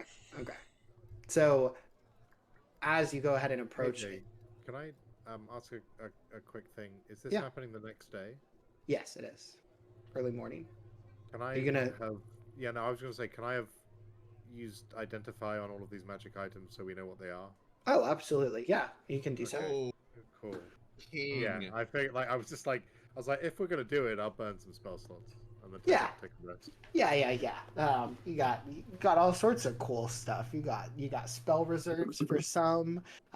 They seem to like deepen the amount of arcane knowledge somebody can hold within themselves. You have these manacles that seem to inhibit most ability of an individual, almost capping them both physically and magically. You have these bracers that Krellin has been wearing the entire time, but if he was willing to hand them over, seem to be able to channel a little bit of that ethereal energy. And you also notice that within your own magnifying glasses, that they have the ability to go ahead and look deeper into magics and not just identify school, but also the intensity of the magic that is being cast. And That's super cool. Escher's precious ring seems to be one that can go ahead and hold magic with inside of it. But you notice that there's something else inside of it. Some sort of element of chaos? No, not exactly. But a deep well that can possibly be tapped into. Though you don't exactly know what the trigger is. It wasn't meant for you after all. The effigy that was given to Arbor seems to go ahead and almost enhance and bleed into his own echo, being able to empower any sort of abilities, and also the projection of functionally giving him the ability to mirror himself in multiple ways, not just one singular echo. But yeah, you check over these things. It's really chill. You all go ahead and get this inspection, and Escher, what do you look like? okay. So this is the next day. Mm-hmm. Yeah. Okay. roughly time? Am I like how Early much? morning. Early morning. Yeah, you would be back. Jack 8 a.m. will leave in the morning, first thing. Head out, find a nice dark corner of the outside of the temple. Still Okay. staying near to it, but finding a good place before sunrise. And swap to Jerry, persona wise, but basically the look of Esher. Okay. Okay. But dirty himself up a little bit, pick up a little bit of dirt from the surrounding gardens, and yeah, this is Jack's good friend Jerry that he was looking for in the refugee center. Perfect. Perfect. Alrighty. Then in that case, you each have this inspection. You each find. I still have my hat on, by the way. You still have your hat. Perfectly fine. You may accessorize And as the you wish. glasses. Oh, The new jeez. glasses. They each find on your bodies small pricks. That sounds horrible. Yeah, that's mean, AJ.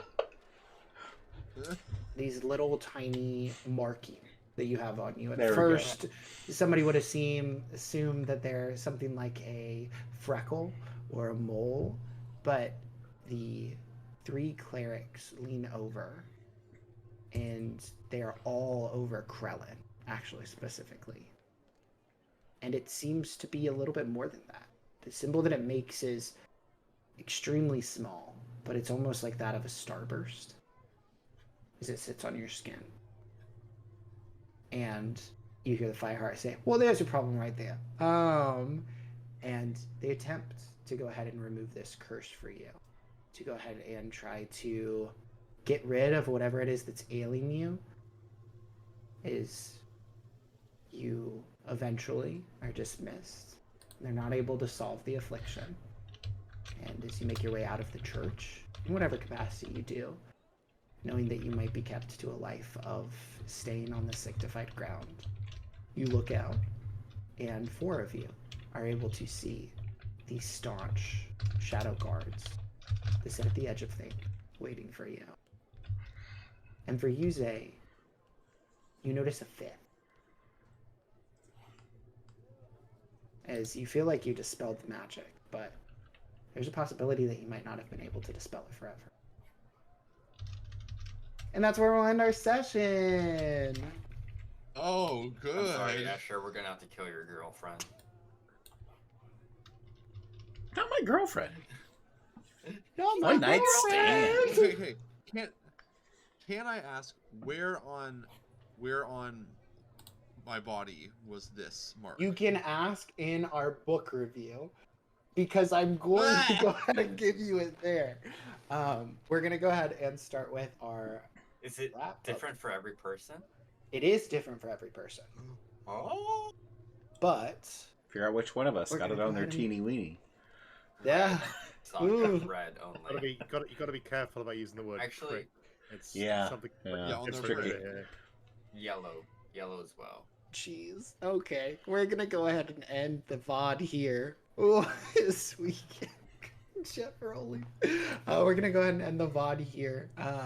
But without a doubt, we are going to have a Thick as Thieves 3. So make sure to go ahead and keep an eye out for that. Thank you to everybody for checking out the stream. And if you get the chance and you're watching this on a VOD, stick around even later, because you get to see influencing our MVRP votes, talk about our favorite moments, and then we'll be following up with our book review a little while later.